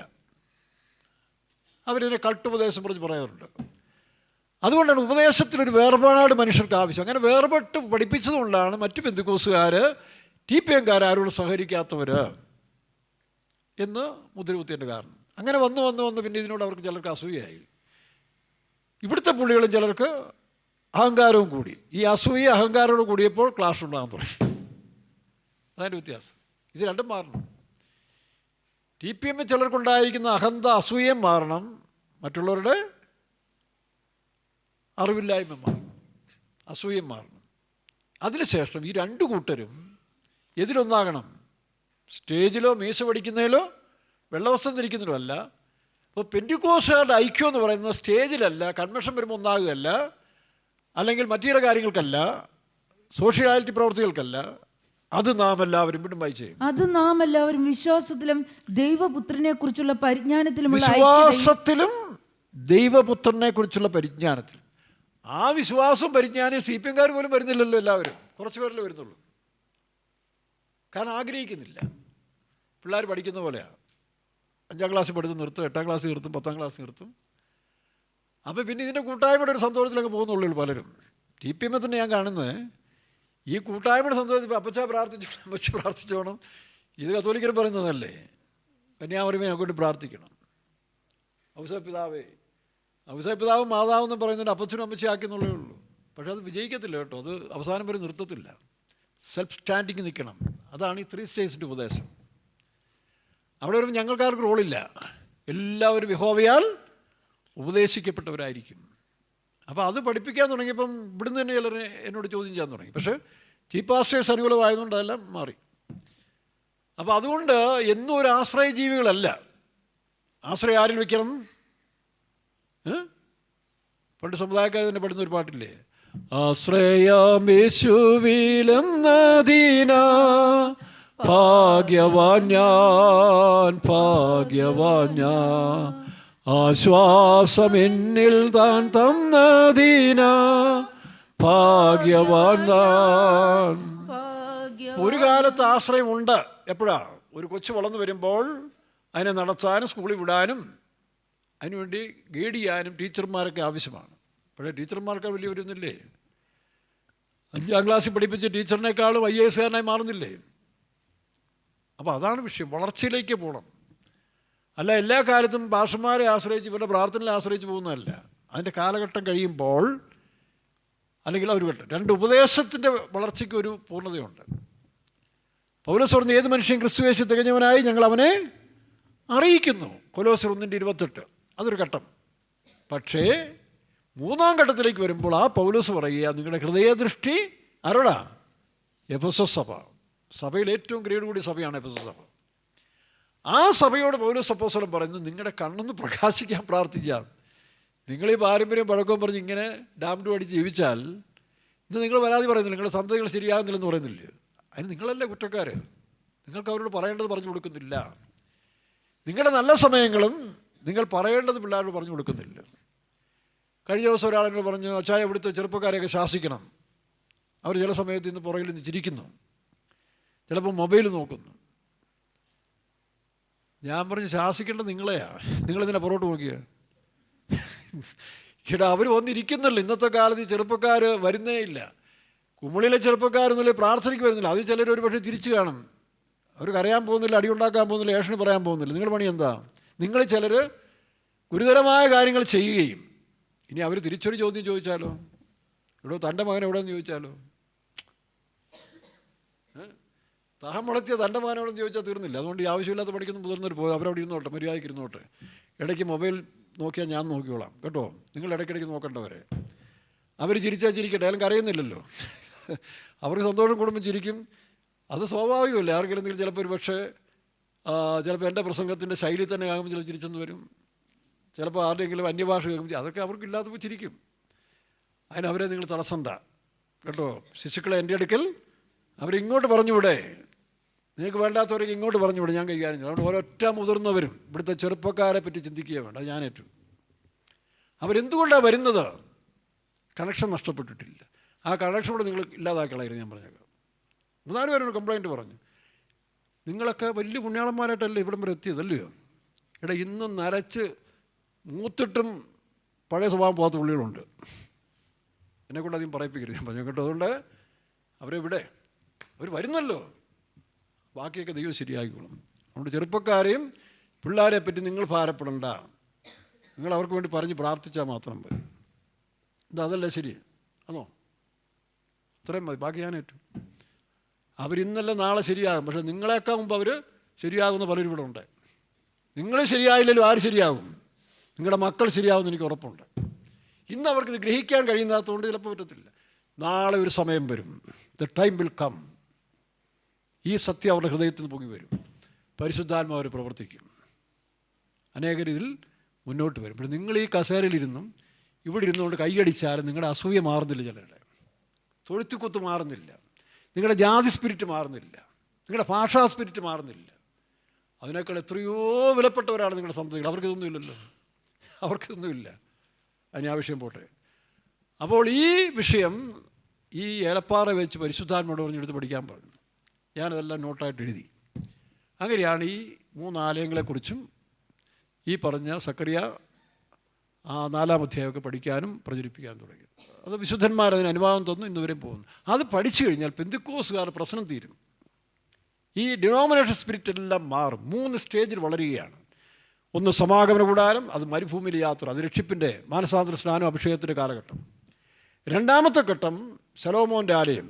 അതുകൊണ്ടാണ് ആ തൊട്ടി സിംഗിളായിരുന്ന ക്രിസ്തുവിൽ നിന്ന് ആരംഭിച്ചത്. യേശു ക്രിസ്തുവോട് ചേരുവാൻ സ്നാനമേറ്റവരായ അവിടുന്ന് വളർന്ന് 12 അപ്പോസ്തലന്മാരുടെ ഉപദേശത്തിൽ വളരുകയാണ്. 12 അപ്പോസ്തലന്മാരുടെ ഉപദേശത്തിൽ വളർന്നു വരികയാണ്. അതാണ് കടൽത്തൊട്ടിയായിട്ട് മാറുന്നത്. കടൽത്തൊട്ടിയാണ്, വിശാലമായ ഉപദേശങ്ങളിലേക്ക് വരികയാണ്. അതുകൊണ്ടാണ് പൗലോസ് പറയുന്നത്, ആകാശത്തിൻകീഴെ ഉള്ള സകല മനുഷ്യരും, അത് 4 ഭാഗത്തേക്കും ഈ അപ്പോസ്തല ഉപദേശം പ്രചരിക്കപ്പെടുന്നു. അത് ക്രിസ്തുവിൽ തികഞ്ഞവരായി നിർത്തണം. പക്ഷേ അവിടെ കൊണ്ട് അവസാനിക്കുന്നില്ല. TPM-ലെ പോലും ചില വേലക്കാർക്ക് അവിടെ മാത്രം. അതുകൊണ്ടാണ് അവരെപ്പോഴും അവരുടെ മാർഗത്തെ മതത്തെ പ്രശംസിക്കുന്നു, വിശുദ്ധന്മാരെ പ്രശംസിക്കുന്നു, അവരുടെ ഉപദേശത്തെ പ്രശംസിക്കുന്നു. അവിടെ കൊണ്ട് ആയില്ല. അത് 2ാം സ്റ്റേജേ ഉള്ളൂ. അവിടെ കൊണ്ട് അവസാനിക്കുന്ന എല്ലാ സുവിശേഷ വേലക്കാരും വിശ്വാസികളും പുതിയ സ്വർഗത്തിലേ പോകത്തുള്ളൂ. പുതിയ യെരൂശലേമിലേക്ക് പോകണമെങ്കിൽ അടുത്ത സ്റ്റേജിലേക്ക് വരണം. ഞാൻ കഴിഞ്ഞ പ്രാവശ്യം പറഞ്ഞില്ലേ, ദൈവരാജ്യത്തിൽ ഏറ്റവും വലിയവനാരാ? വായിച്ചേ, മത്തായി 18:4. നിങ്ങൾ ശിശുക്കളെ പോലെ താഴ്ത്തിയില്ലെങ്കിൽ, വായിക്കാം, നിങ്ങൾ തിരിഞ്ഞ ശിശുക്കളെ പോലെ ആയി വരുന്നില്ല എങ്കിൽ സ്വർഗരാജ്യത്തിൽ കടക്കുകയില്ല എന്ന് ഞാൻ. അങ്ങനെയാണോ? സ്വർഗരാജ്യത്തിൽ ഏറ്റവും വലിയവൻ അടുത്ത വാക്യത്തിലുണ്ടല്ലോ. ആകയാൽ ഈ ശിശുവിനെ പോലെ തന്നെത്താൻ താഴ്ത്തുന്നവൻ സ്വർഗരാജ്യത്തിൽ ശിശുവിനെ പോലെ തന്നെത്താൻ താഴ്ത്തുന്നവൻ സ്വർഗരാജ്യത്തിൽ ഏറ്റവും വലിയവൻ. അതാ സിയോനിലെ അനുഭവം. അല്ലാതെ CPM പാസ്സായ കിട്ടത്തില്ല. ഈ സ്വഭാവത്തിൽ വളരണം. ഞാൻ CPM പറയുന്നതിന് കാരണം അത് എൻ്റെ അല്ലേ, ഞാൻ നിൽക്കുന്ന സഭയാവുണ്ട്. മറ്റുള്ളവർ പറയുന്നതിനേക്കാൾ എക്സാമ്പിൾ ഇതല്ലേ അല്ലത്. മറ്റുള്ളവന്മാർ അവന്മാരെല്ലാം കുറവുകൾ പറിച്ചു വെച്ചിട്ട് CPM കുറ്റം പറയാൻ നിങ്ങൾക്ക് എന്താ അവകാശം? നീ നിൻ്റെ സഭയെ പറ്റി പറ, നീ നിൻ്റെ ആത്മാക്കളെ പറ്റി നോക്ക്, ഇവിടുത്തെ കാര്യം ഇവർ നോക്കും. ഇത് പറയാനുള്ള അവകാശം ഞങ്ങൾക്കുണ്ട്, അത് നിനക്കില്ല. വേണ്ടാത്തരത്തിൽ ഒരു കൈ കിട്ടിയാൽ ചിലപ്പോൾ തട്ട് കിട്ടും, ദൈവം തമ്പുരാൻ തട്ട് കിട്ടും. കാരണം ദൈവത്തിൻ്റെ പ്രസ്ഥാനത്ത്, ദൈവം വെച്ചിരിക്കുന്ന പ്രസ്ഥാനത്തിൽ അന്യൻ കയറി കൈകിട്ടാൽ അടിപ്പെടും, ഇല്ലയോ? ഇപ്പം നമ്മുടെ കുഞ്ഞുങ്ങൾ നമുക്ക് തല്ലാം, പക്ഷേ അടുത്ത കയറി തല്ലിയാൽ വിടുവോ? അതുകൊണ്ട് ഇതേ കയറി കളിക്കുന്നവനൊക്കെ സൂക്ഷിച്ചോണം കേട്ടോ. മറ്റു ബന്ധുക്കോസുകാർ, നീ നിൻ്റെ ബന്ധുക്കോസിനെ നന്നാക്കാൻ നോക്കും, നിൻ്റെ കുടുംബത്തെ നന്നാക്കുക, നിൻ്റെ മക്കളെവിടാണ് അതാദ്യം ശരിയാക്കുക, അതിനുശേഷം മറ്റുള്ളവരെ കൈവെക്കാൻ പോകും. ഇല്ലെങ്കിൽ നാളെ നിൻ്റെ സന്തതികൾ വഴിയാധാരമായി നിന്നെ പഠിപ്പിക്കാൻ തുടങ്ങും. അതിനിടയാകരുത്. ഇത് ശാപമൊന്നുമല്ല, ഒരു മുന്നറിയിപ്പ്. അതുകൊണ്ട് അവരവർ ശരിയാക്കണം, നമ്മളും തുടങ്ങണം. നമ്മൾ മറ്റാരെയും പറ്റി പറയാതെ അവനവൻ്റെ കുടുംബം, നീ അടുത്ത കുടുംബത്തിലെ പിള്ളേരെ നന്നാക്കാൻ പോകുന്നതിന് മുമ്പ് നിൻ്റെ മക്കളെ ശരിയാക്കേ.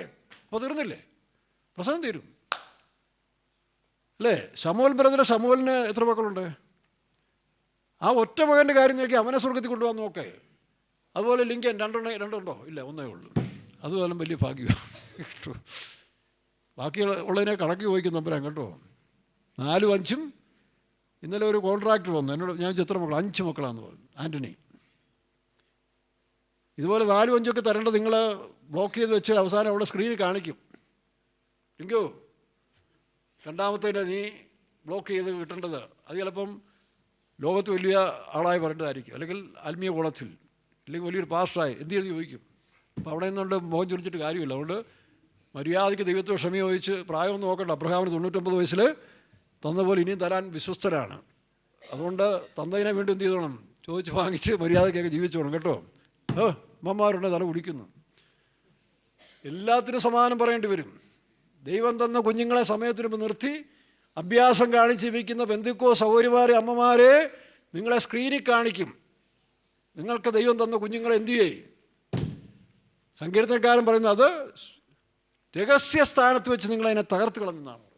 ഒരു വാക്യമുണ്ട്, രഹസ്യസ്ഥാനത്ത് വെച്ച് നിങ്ങളതിനെ തകർത്തു. ഇവിടെ ഗർഭത്തിൽ വെച്ച് നിങ്ങളതിനെ അബോർട്ട് ചെയ്ത് കളഞ്ഞില്ലേ?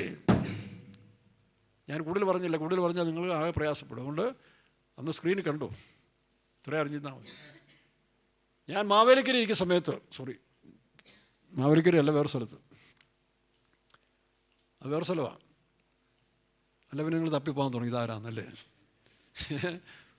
ഒരു ഭാര്യയും ഭർത്താവും, യോഗ്യമായൊരു ഫാമിലി കേട്ടോ, യോഗ്യമായൊരു ഫാമിലി, നല്ല വിശ്വാസികൾ. പക്ഷേ കുടുംബത്തിലെന്നും അസ്വസ്ഥതയാണ്. ഇവർക്ക് തുറന്നു പറയാൻ പറ്റുന്നുമില്ല.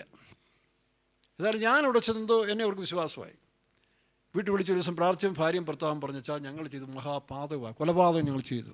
ഞാൻ വെച്ചാൽ എന്താ, 2 കുഞ്ഞുങ്ങളെ ഞങ്ങൾ അബോർഷൻ, അതും സമുദായത്തിലിരിക്കുമ്പോഴാണ്, യാക്കോബായിലിരിക്കുമ്പോഴാണ് അബോർഷൻ ചെയ്ത് കളഞ്ഞു. പക്ഷേ ഈ സത്യമെല്ലാം മനസ്സിലാക്കിയപ്പോൾ വലിയ കുറ്റബോധം വന്നു. അപ്പോൾ അത് ഏറ്റു പറഞ്ഞ് ഉപേക്ഷിച്ചതിന് ശേഷം ആ കുടുംബത്തിന് ദൈവം സ്വസ്ഥത കൊടുത്തു കേട്ടോ.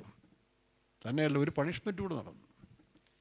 അവിടെ മകൻ കല്യാണം കഴിച്ചു, മക്കളില്ല, ഇന്നുവരെയും മക്കളില്ല.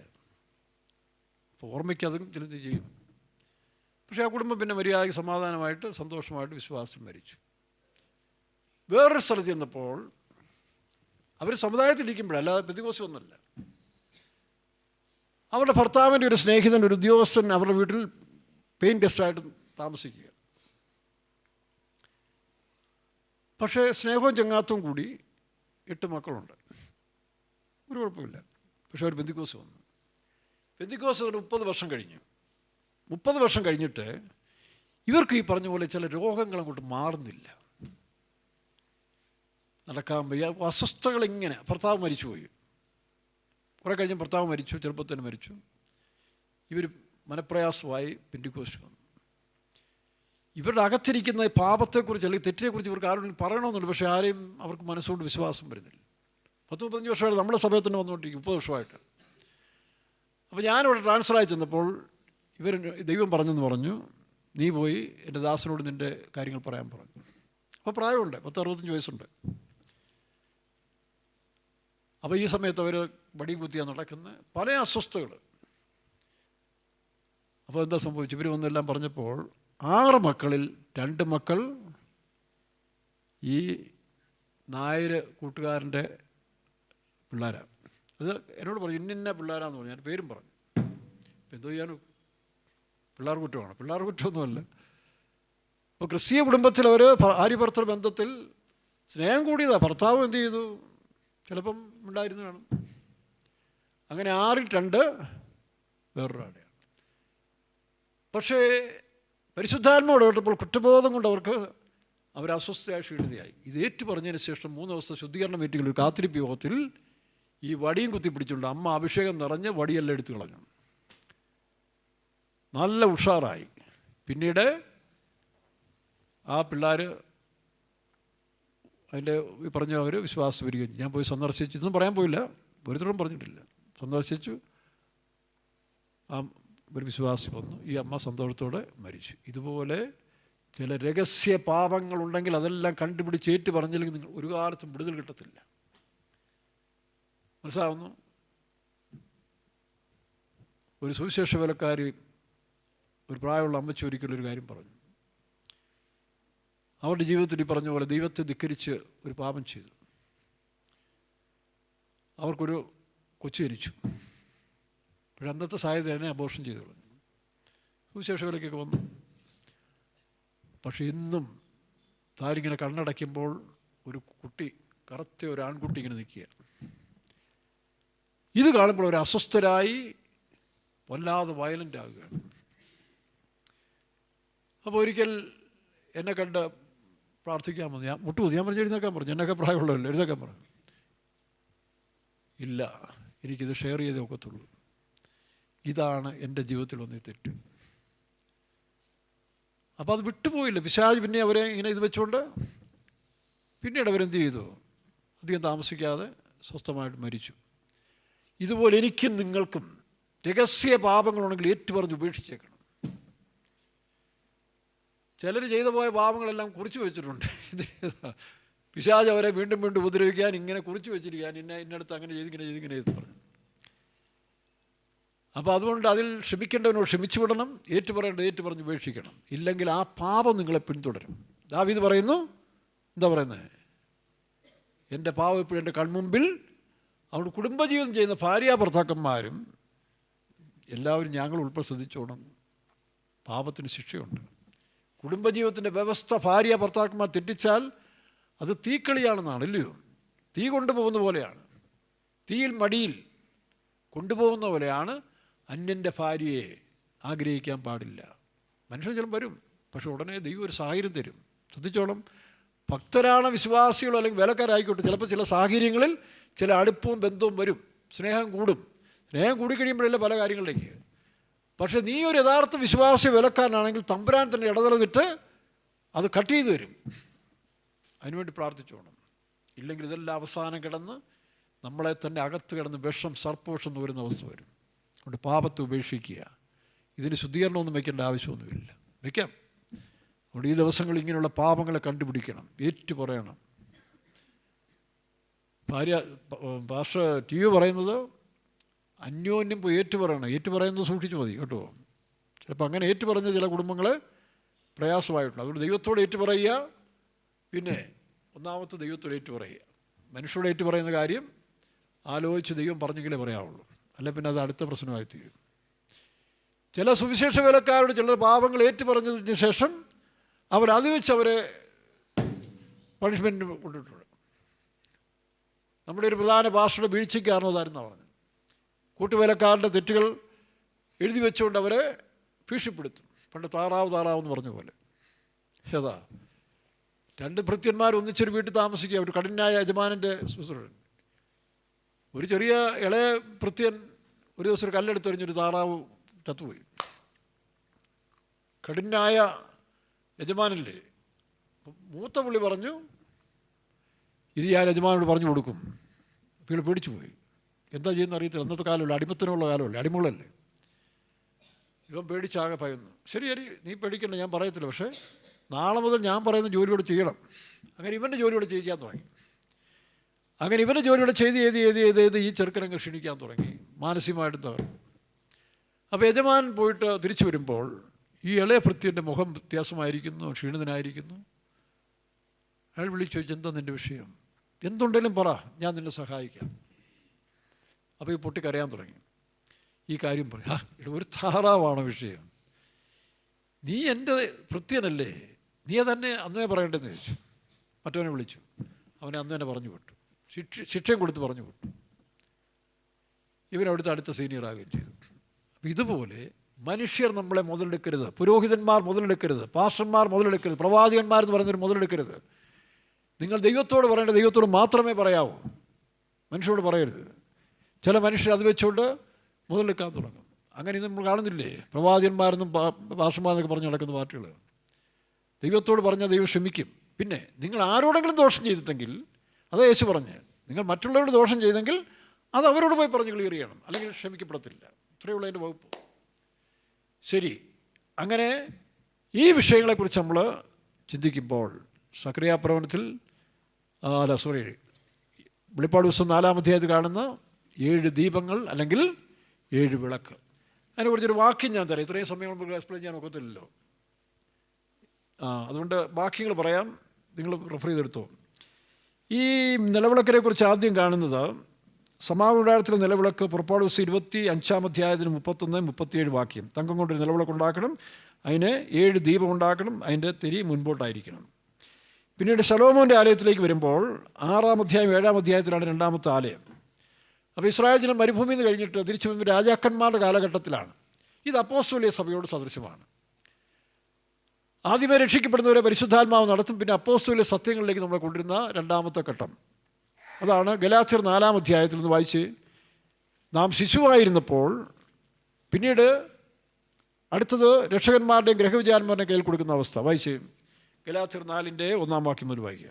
അവകാശി സർവ്വത്തിന് യജമാനെങ്കിലും. ശ്രദ്ധിക്കുക, അവകാശി, ദൈവരാജ്യത്തിന് നമ്മൾ അവകാശിയായി വിളിക്കപ്പെട്ടാൽ പോലും, ചില പറയുന്നത് രക്ഷിക്കപ്പെട്ടാൽ മതി, പിന്നെ ഒന്നും അറിയണ്ട, അങ്ങ് കർത്താവ് വരുമ്പോൾ എല്ലാം കൊണ്ടുപോകത്തില്ല.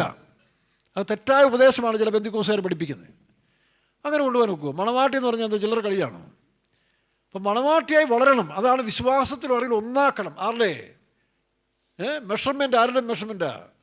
അളവുകോൽ ക്രിസ്തുവാണ്. ക്രിസ്തുവിന് നാം സമമായി വളർന്നെടുക്കുന്ന മണവാട്ടിയായിട്ട് മാറണം.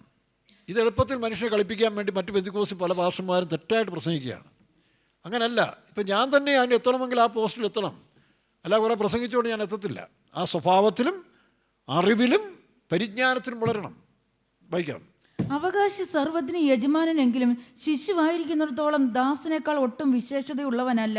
നോക്കണം. അപ്പം അവകാശിയാണെങ്കിലും അവൻ ശിശുവായിരിക്കുക, വളർച്ചയില്ലെങ്കിൽ ആ വീട്ടിലെ ദാസനല്ലേ കാര്യക്കാരൻ.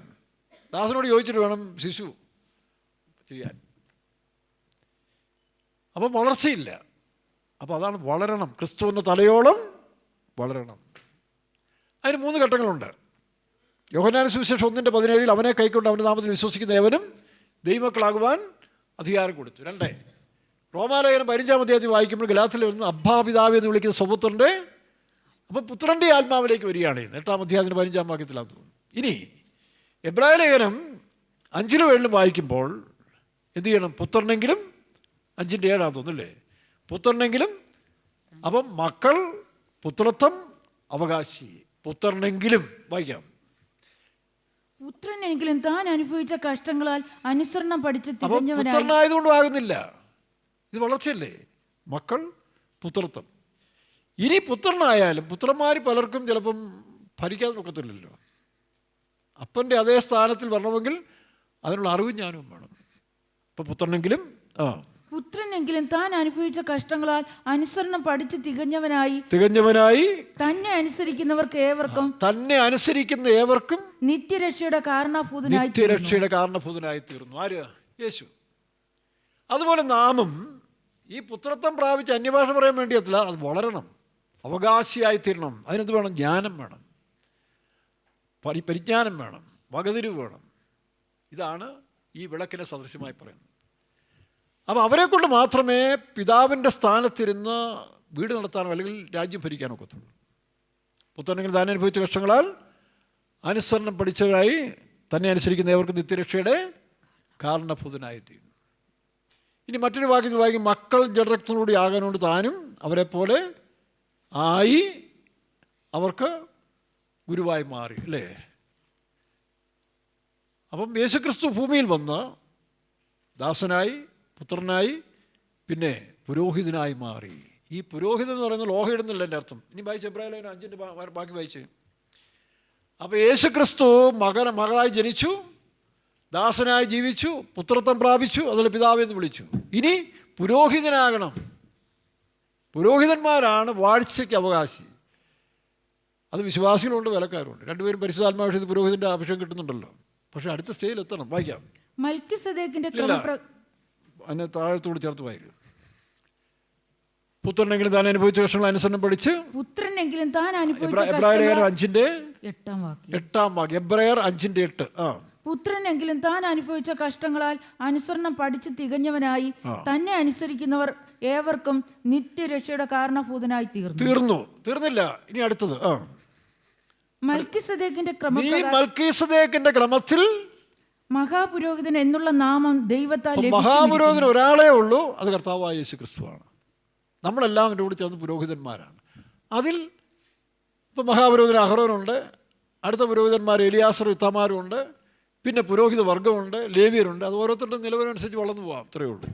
അതൊക്കെ പ്രതിഷ്ഠയും തീരുമാനവും വിശുദ്ധിയും ഒക്കെ അനുസരിച്ച് അവർ വെളിച്ചത്തിൽ വ്യത്യാസമുള്ള പോലെ വരും. അതൊക്കെ പരിശ്രമിക്കാമെങ്കിൽ അങ്ങ് വരെ എത്താം. അപ്പോൾ പുത്രൻ ആരായിത്തീരണം? മക്കൾ പുത്രത്വം പ്രാപിക്കണം, പുത്രൻ പുരോഹിതനാകണം. പുത്രനെ പുരോഹിതനാക്കിയതൊരു പാട്ടില്ലേ? പുത്രനെ പുരോഹിതെന്ന് പറഞ്ഞൊരു പാട്ടുണ്ട്. എന്ന് ചേർന്നിലും ഞാൻ എന്നുള്ള ഉണ്ട്. അപ്പോൾ അതെല്ലാം ഉപദേശമാണ്. ഇതിനെയൊക്കെ പരിഹസിക്കുന്ന ചില പെന്തിക്കോസിലെ പാസ്റ്റർമാരോട് എന്താ പറയാനാ? ഇടപോയി നീക്ക് വചനം പഠിക്കടാ, പോയി ബൈബിൾ കോളേജിൽ പോയൊരു ഡിഗ്രി വാങ്ങിച്ചുകൊണ്ട് വന്നിട്ട് ഇതിനെല്ലാം വിമർശിക്കുന്നതിന് മുമ്പ് ഇത് ഉണ്ടോ ഇല്ലെന്ന് പഠിക്കുക. അല്ലെങ്കിൽ വാ നമുക്ക് തമ്മിൽ വാദിക്കാമെന്ന് പറഞ്ഞ പോലെ ഇതിനെപ്പറ്റി ഒന്ന് ഷെയർ ചെയ്യാം, പഠിപ്പിച്ചു തരാം. ദൈവത്തിന് സ്തോത്രം. അപ്പോൾ പുരോഹിതന്മാരാണ് നമ്മളാരാ? പരിശുദ്ധാത്മാഭിഷേകം പ്രാപിച്ചവരെല്ലാം പുരോഹിതന്മാരുടെ അഭിഷേകമാണ്. പക്ഷേ വളരണ്ടേ? വെളിപ്പാട് 1:6 വായിക്കും, നാം രാജാക്കന്മാരും പുരോഹിതന്മാരുമാണ്. പക്ഷേ അത് സൂക്ഷിക്കണ്ടേ? പുരോഹിതൻ എന്ന് പറഞ്ഞ് നാടുകൾ നടത്താൻ നോക്കുമോ? പണ്ട് ഈ ബ്രാഹ്മണന്മാർ പൂണൂലിരുന്നതിൻ്റെ കാരണം എന്താ? ബ്രഹ്മത്തെ അറിഞ്ഞവനാണ്. ഈ പാരമ്പര്യമായിട്ട് പൂണിലിടുന്നവന്മാരുണ്ട്, എന്തെല്ലാം തോന്നിവാസം കാണിച്ചുകൊണ്ടിരുന്നത് അന്നത്തെ കാലത്ത്. ഒറിജിനൽ ബ്രാഹ്മണന്മാർ ദൈവത്തിൻ്റെ പ്രതിനിധികളാണ്. ഇപ്പോൾ സുരേഷ് ഗോപി കഴിഞ്ഞ സമയത്ത് പറഞ്ഞു വരുമ്പോൾ എനിക്ക് ബ്രാഹ്മണനായിട്ട് ജനിക്കണം. അത് ഈ പറഞ്ഞ പോലെ വില കുറഞ്ഞ ബ്രാഹ്മണന്മാരല്ല. യഥാർത്ഥ ബ്രാഹ്മണൻ എന്ന് പറഞ്ഞാൽ ബ്രഹ്മത്തെ അറിഞ്ഞവൻ. അവൻ തെറ്റിലേക്ക് പോകത്തില്ല, അവന് അനാവശ്യങ്ങൾക്കൊന്നും പോകത്തില്ല, അവൻ വേർപെട്ട് ജീവിക്കും. അങ്ങനെ വേർപാടിനെ കാണിക്കാൻ വേണ്ടിയേ പൂണിലിട്ടത്. ഞങ്ങൾ ഒരു വേർപെട്ട ജീവിതം ചെയ്യുന്നു എന്ന് കാണിക്കാൻ വേണ്ടിയിട്ട്. പക്ഷേ പിന്നെ ആ കുടുംബത്തിൽ ജനിച്ചവനെല്ലാം പൂണിലിടാൻ തുടങ്ങി. പൂണിലിട്ടും ബ്രാഹ്മണനാവോ? ഇല്ല, ബ്രഹ്മത്തെ അറിഞ്ഞവനാണ്. പക്ഷേ ആ ഭാഗ്യം ഇപ്പോൾ ആർക്ക് കിട്ടി? നമുക്ക് കിട്ടി. എങ്ങനെ കിട്ടി? സത്യദൈവത്തെ അറിയാനുള്ള ഭാഗ്യം. ഇത് കളയരുത്. നിങ്ങൾ ഏത് ജാതിപ്പെട്ടവനായിക്കോട്ടെ, പക്ഷേ ഈ സത്യത്തിൽ വന്നതിന് ശേഷം വീണ്ടും എന്ത് ചെയ്യരുത്? പഴയ ഗുണം കാണിക്കാൻ പോരുത്. വളർന്നോണം. വളർന്ന് ഈ പുരോഹിത കുടുംബത്തിലെ പൂർണ്ണത പ്രാപിച്ചു പോകണം. അതുകൊണ്ടാണ് നീ മൽക്കീസദേക്കിൻ്റെ ക്രമത്തിൽ, അത് ദൈവം അനുവദിച്ചാൽ വേറെ ദിവസം നമുക്ക് എടുക്കാം. മൽക്കീസദേക്ക് ആരാണ്? മൽക്കീസദേക്കിൻ്റെ ക്രമത്തിലുള്ള പുരോഹിതൻ ആരാണ്? ദൈവം അനുവദിച്ചാൽ അടുത്ത ദിവസം നമുക്ക് എടുക്കാം, സമയമുണ്ടെങ്കിൽ. അപ്പോൾ ഇതാണ് ഇതിൻ്റെ വ്യവസ്ഥ. അല്ല ചുമ്മാ രക്ഷിക്കപ്പെട്ടവരെല്ലാം താറാവടിച്ച് രാവിലെ മുഴുവൻ കണ്ടത്തിൽ കൊണ്ടുപോയിട്ട് കൂട്ടിനകത്ത് താറാവിനെ അടിച്ചിടുന്നത് ദൈവരാജ്യത്തിൽ കൊണ്ടുപോകുന്നതല്ല. കർത്താവിൻ്റെ വിരയിൽ രക്ഷിക്കപ്പെട്ടവരെല്ലാം തെറ്റാണ്. അത് മനുഷ്യൻ വഞ്ചിക്കുക ചെയ്യുന്നത്. പണ്ട് ഏതൊരു സമൂഹത്തിൽ സ്നാനത്തിൻ്റെ ഉപദേശം പഠിപ്പിച്ച് വേർപെട്ട് വന്ന ഒരു സഭയെപ്പറ്റി ഒരു പാസ്റ്റർ അതിൻ്റെ തലപ്പത്തിരുന്ന് പുള്ളി പറഞ്ഞതാണ്. അത് കുഴപ്പമില്ല, പെട്ടകത്തിൽ കയറി കഴിഞ്ഞാൽ പുള്ളി സ്ഥാപിച്ചു, പെട്ടകത്തിൽ കയറി കഴിഞ്ഞാൽ പെട്ടകം അങ്ങോട്ടും ഇങ്ങോട്ടും മറയുമ്പോൾ അങ്ങോട്ടും തട്ടും ഇങ്ങോട്ടും തട്ടും, അവിടെ നടക്കുന്നൊന്നും വിഷയമല്ലെന്നാണ്. പക്ഷേ ബൈബിൾ പറയുന്ന അവനവൻ ശരീരത്തിലിരിക്കുമ്പോൾ ചെയ്തത് നല്ലതാകില്ല. ഇങ്ങനെ ഉപദേശത്തെ ഈ അല്ലെങ്കിൽ പറഞ്ഞ ഉപദേശകന്മാർ തങ്ങൾക്ക് ബോധിച്ച പോലെ കൂട്ടിക്കളഞ്ഞ് തങ്ങളെ അസ്തിത്വം നിലനിർത്താൻ വേണ്ടി ദൈവത്തിൻ്റെ വചനത്തിന് കൂട്ടിക്കളയുന്നു. മാനസാന്തരപ്പെടാൻ മനസ്സില്ല. അത് പാസ്റ്റർമാരായാലും പുരോഹിതന്മാരായാലും ഉസ്താദായാലും യവന്മാരെല്ലാം കാണിക്കുന്ന പണികൾ ഇതാണ്. എന്നിട്ട് മതത്തെ വളർത്തുക. ഇതിനകത്ത് മതത്തെ വളർത്തി കഴിഞ്ഞ കുറേ സിബന്ധികൾ രാഷ്ട്രീയക്കാരെ പോലെ കൂടെ കാണുമല്ലോ. അത് TPM-നകത്തും അല്പസ്വല്പം ഉണ്ട്. സൂക്ഷിച്ചോണം. മതത്തിൽ പോയി ചാടരുത്, മതത്തിൻ്റെ ക്ലാവ് ഒരു പിടിക്കരുത്. അവരോടാണ് ഞങ്ങളുടെ യുദ്ധം. മജോറിറ്റി എനിക്കൊന്ന് മതത്തിലേക്ക് പോയിക്കൊണ്ടിരിക്കുകയെന്ന് തോന്നുന്നു. ദൈവത്തിന് സ്തോത്രം. അപ്പോൾ പുത്രനെ ആരാക്കണം? പുരോഹിതനായി മാറ്റണം. ഈ അനുഭവത്തിലേക്ക് പോകുമ്പോൾ നമ്മൾ കാണുന്നത് സിംഹാസനത്തിൽ 7 ദീപങ്ങളായ 7 ആത്മാക്കൾ. അത് പുതിയ നിയമസഭയിലേക്ക് വരുമ്പോൾ നമ്മൾ കാണുന്നുണ്ട്. ഞാൻ പറഞ്ഞില്ലേ, സമാഗമനത്തിൽ കണ്ടു, ഇവിടെ കണ്ടു. പക്ഷെ ഒരു കാര്യം, ഈ സമാഗമനത്തിലെ വിളക്കും ശലോമോൻ്റെ ആലയത്തിലെ വിളക്കിലും ഈ പറഞ്ഞ പുരോഹിതന്മാരാണ് എണ്ണ ഒഴിച്ച് കത്തിക്കുന്നത്. അപ്പം അങ്ങനെ ഒരു പീരീഡ് ഉണ്ട്. അതാണ് ഗലാത്യർ 4 വായിക്കുമ്പോൾ ശിശുവായിരുന്നിടത്തോളം കാലം, അതിനുശേഷം രക്ഷകന്മാർക്കും ഗ്രഹവിചാരന്മാർക്കും നമ്മളെ കീഴ്പ്പെടുത്തി കൊടുക്കുകയാണ്. വായിച്ചേ. അവകാശി സർവ്വത്തിന് യജമാനെങ്കിലും ശിശുവായിരിക്കുന്നിടത്തോളം ദാസനേക്കാൾ ഒട്ടും വിശേഷതയുള്ളവനല്ല. അത് ആദ്യഘട്ടം. അപ്പോൾ ശിശുവിനെ എഴുന്നേറ്റ് നടക്കാൻ കൈക്ക് പിടിച്ചു നടക്കുന്ന കാലം. പക്ഷെ പിന്നീട് വളർച്ച പ്രാപിക്കണം. അടുത്തത്, പിതാവ് നിശ്ചയിച്ച അവധിയോളം രക്ഷകന്മാർക്കും ഗൃഹവിചാരകന്മാർക്കും കീഴ്പ്പെട്ടവൻ അത്ര. അത് 2ാം സ്റ്റേജാണ് കേട്ടോ. 2ാം സ്റ്റേജ് സഭയിലും ഈ നടത്തിപ്പുകാർ കീഴെന്ന് പറഞ്ഞ് 2ാം സ്റ്റേജേ ഉള്ളൂ. 3ാം സ്റ്റേജിൽ അങ്ങനെ ഒരു നടത്തിപ്പ് എല്ലാവർക്കും ഇല്ല, ബാധമല്ല, എല്ലാവരും ഫ്രീ ആയി. അതാണ് ഞങ്ങൾ പഠിപ്പിക്കുന്നത്. നിങ്ങൾ പഠിച്ചിരിക്കുന്ന പലതും ഈ 2ാം ഘട്ടത്തിൽ അപ്പോസ്തലന്മാർ വിശുദ്ധന്മാർ വിശുദ്ധമതികൾ എന്ന് പറഞ്ഞിട്ട് അതുണ്ട്. അത് തെറ്റെന്ന് ഞങ്ങൾ പറയുന്നില്ല. പക്ഷേ അത് പൂർണ്ണതയല്ല. നമ്മൾ അങ്ങനെ പൂർണ്ണതയാണെന്ന് വിശ്വസിച്ച ഒരു കൂട്ടം വേലക്കാരും വിശ്വാസികളെടുത്ത് മരിച്ചുപോയി. അത് 12 കാലയുടെ പുറത്ത് അപ്പോസ്തല ഉപദേശങ്ങളുടെ സഭ, അപ്പോസ്തോലിക സഭ എന്ന് പറയുന്നതാണ്. ഇനി അപ്പോസ്തോലിക സഭയല്ല, മണവാട്ടിയിലേക്ക് 3ാമത് വരുന്നത്. അതല്ലേ ക്രിസ്തുവിൻ്റെ അവസാനത്തെ. അപ്പോൾ ആ മണവാട്ടി സ്റ്റേജിലേക്ക് വരുന്നതിന് മുമ്പ് ഈ ഉപദേശങ്ങളിൽ പഠിച്ച് ഇതാണ് കിരീടം. സൂര്യൻ അണിഞ്ഞ സ്ത്രീയുടെ തലയിലെ 12 കിരീടം എന്ന് പറഞ്ഞാൽ അപ്പോസ്തല ഉപദേശങ്ങളിൽ പൂർണ്ണരായവർ. അത് മാനസാന്തര, സ്നാനം, അഭിഷേകം, വേർപാട്, വിശുദ്ധി, ജയജീവിതം എല്ലാം ഉണ്ടെങ്കിലും അത് കവിഞ്ഞതൊന്നാണ് പരിജ്ഞാനം. അതിൽ കവിഞ്ഞതാണ് പരിജ്ഞാനത്തെ കവിയുന്ന ക്രിസ്തുവിൻ്റെ സ്നേഹം. അപ്പോൾ ഈ പരിജ്ഞാനം പ്രാപിക്കണമെങ്കിൽ നമ്മൾ നേരത്തെ കേട്ടതാണ്. അതാണ് വിശ്വാസവും അറിവും ഒന്നാകണം. മുഴുവൻ ലോകത്തിലുള്ള ഏതൊരു സഭയപ്പെട്ടിട്ട് ഈ വിശ്വാസത്തിലും അറിവിലും ഒന്നായി വരുന്ന വിശ്വാസികൾ എവിടെ ഉണ്ടോ അവരെല്ലാം കർത്താവിൻ്റെ ഒരു പോകും. അല്ല CPM-കാരെന്ന് പറഞ്ഞൊരു വേർപാടിനകത്തില്ല. CPM-കാർ കുറെ കൂടെ ആളുമേറി പഠിപ്പിച്ചിട്ടുണ്ട്. പക്ഷേ അത് നീ പ്രാപിക്കാൻ എന്ത് ചെയ്യും? നാട്ടുകാർ പറയുന്നത് നല്ല കുടുംബത്തിലും ആരും ജനിക്കുന്ന പറഞ്ഞു. നല്ല കുടുംബത്തിലും ജനിക്കും. അതുകൊണ്ട് കാര്യമുണ്ടോ? ജനിച്ചുകൊണ്ട് കാര്യമില്ല. അതനുസരിച്ച് വളരണം, അതിന് അവകാശിയാകണം. അതിനാണ് ഈ ഉപദേശത്തിൻ്റെ ശ്രേഷ്ഠ എന്ന് പറയുന്നത്. അപ്പോൾ അവകാശി സകലത്തിനും യജമാനായിരിക്കുമ്പോൾ തന്നെ അവനെ വളർത്തിയെടുക്കാൻ രക്ഷകന്മാരുടെയും ഗ്രഹവിചാരന്മാരെയും ലോകത്തിലേക്ക് നല്ല നല്ല സ്കൂളിൽ, നിങ്ങളെന്തിനാ ഈ കാശില്ലെങ്കിലും പിള്ളേരെ ഗവൺമെൻറ് സ്കൂളിൽ വിടണമെന്നൊക്കെ പറയുന്നത്? കന്യാസ്ത്രീമാരെ ചീത്ത പറയുന്ന പുള്ളികൾ പലതും ഉണ്ട്. പാർട്ടിക്കാരുൾപ്പെടെ പലതും കമ്മ്യൂണിസ്റ്റുകാർ കന്യാസ്ത്രീകളെ ചെയ്ത് വിളിക്കും.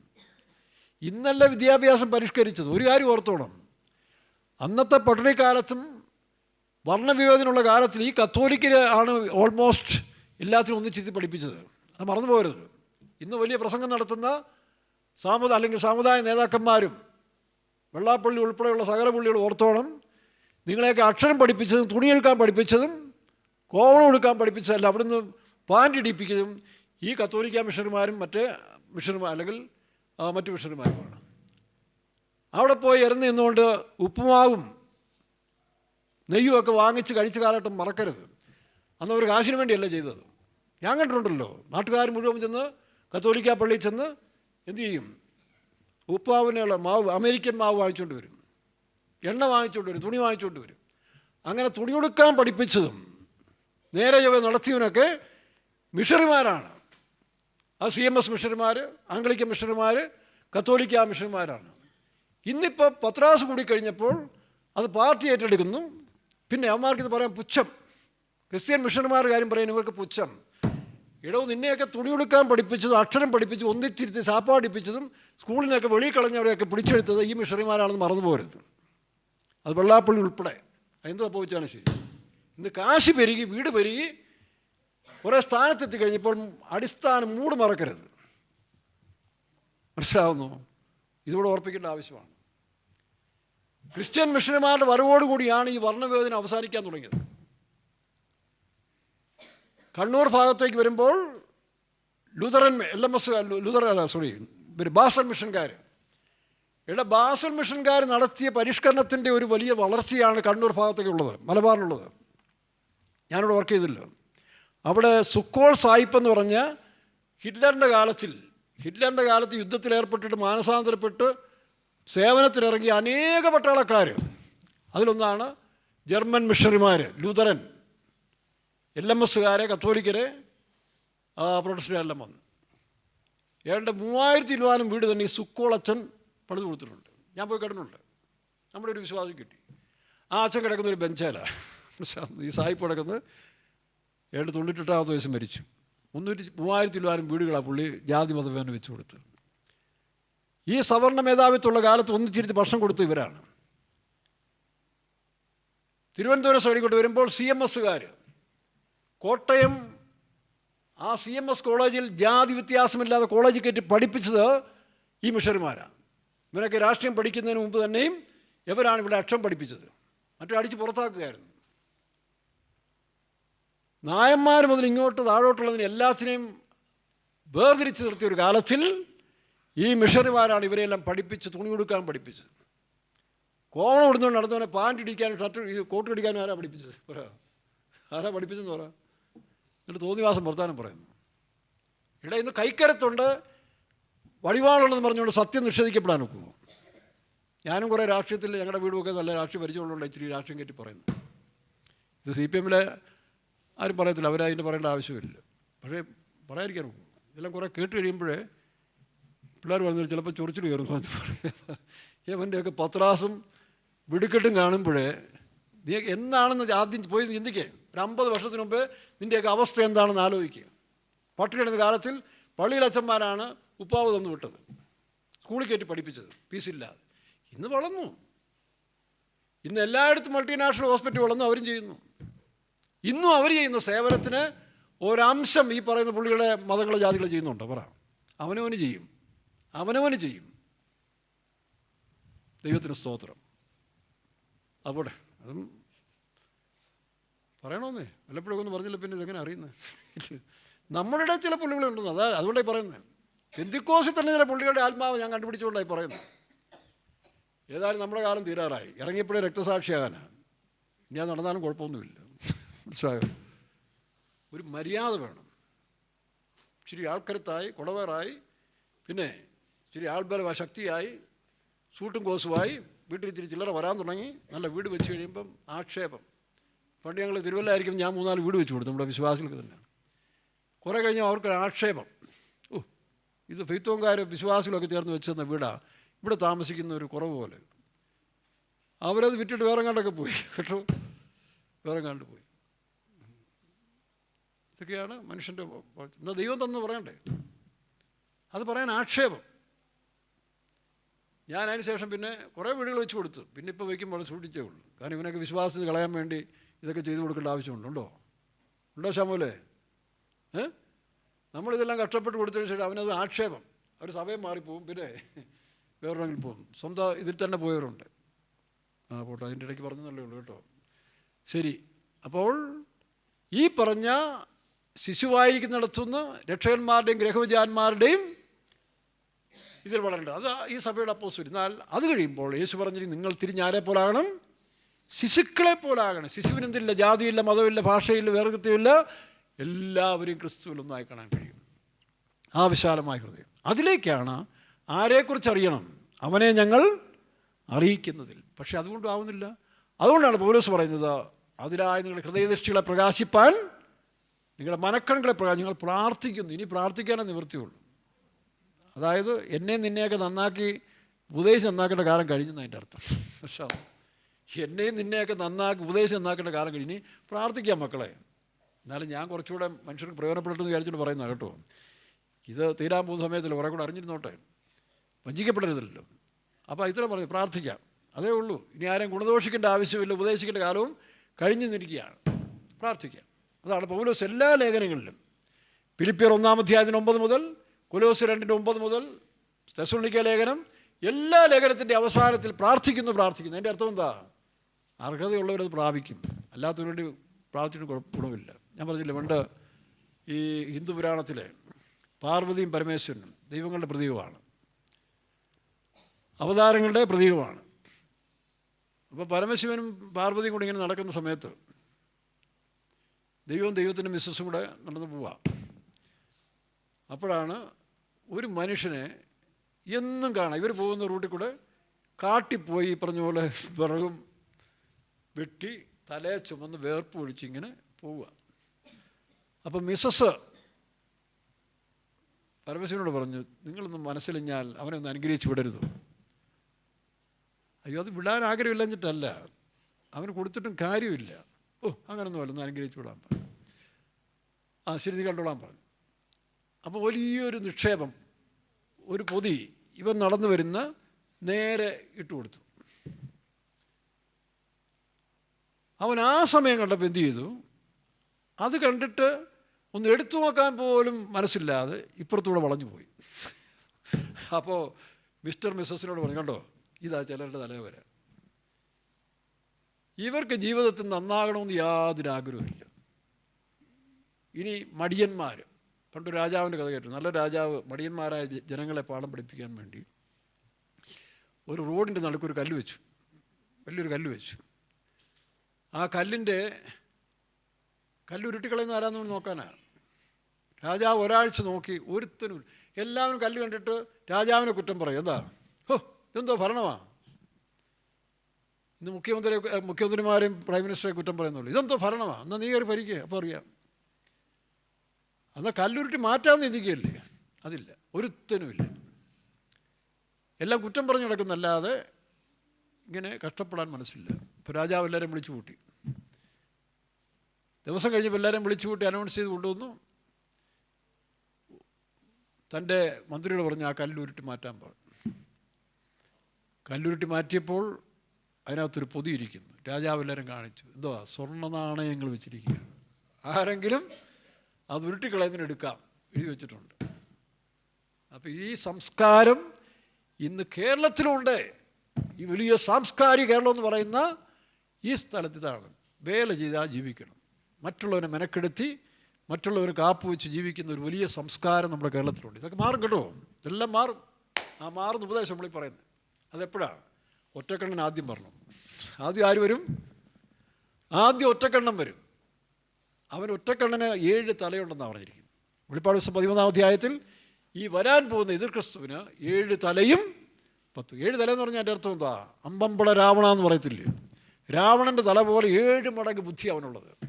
ആ ബുദ്ധി ബുദ്ധി കൊണ്ടാണ് അവൻ യഹൂദനെയും അറബിയെയും ഇസ്ലാമിനെയും എല്ലാം ഒറ്റ ചരടി കൊണ്ടുവരും. അതാണ് അവൻ്റെ ബുദ്ധി.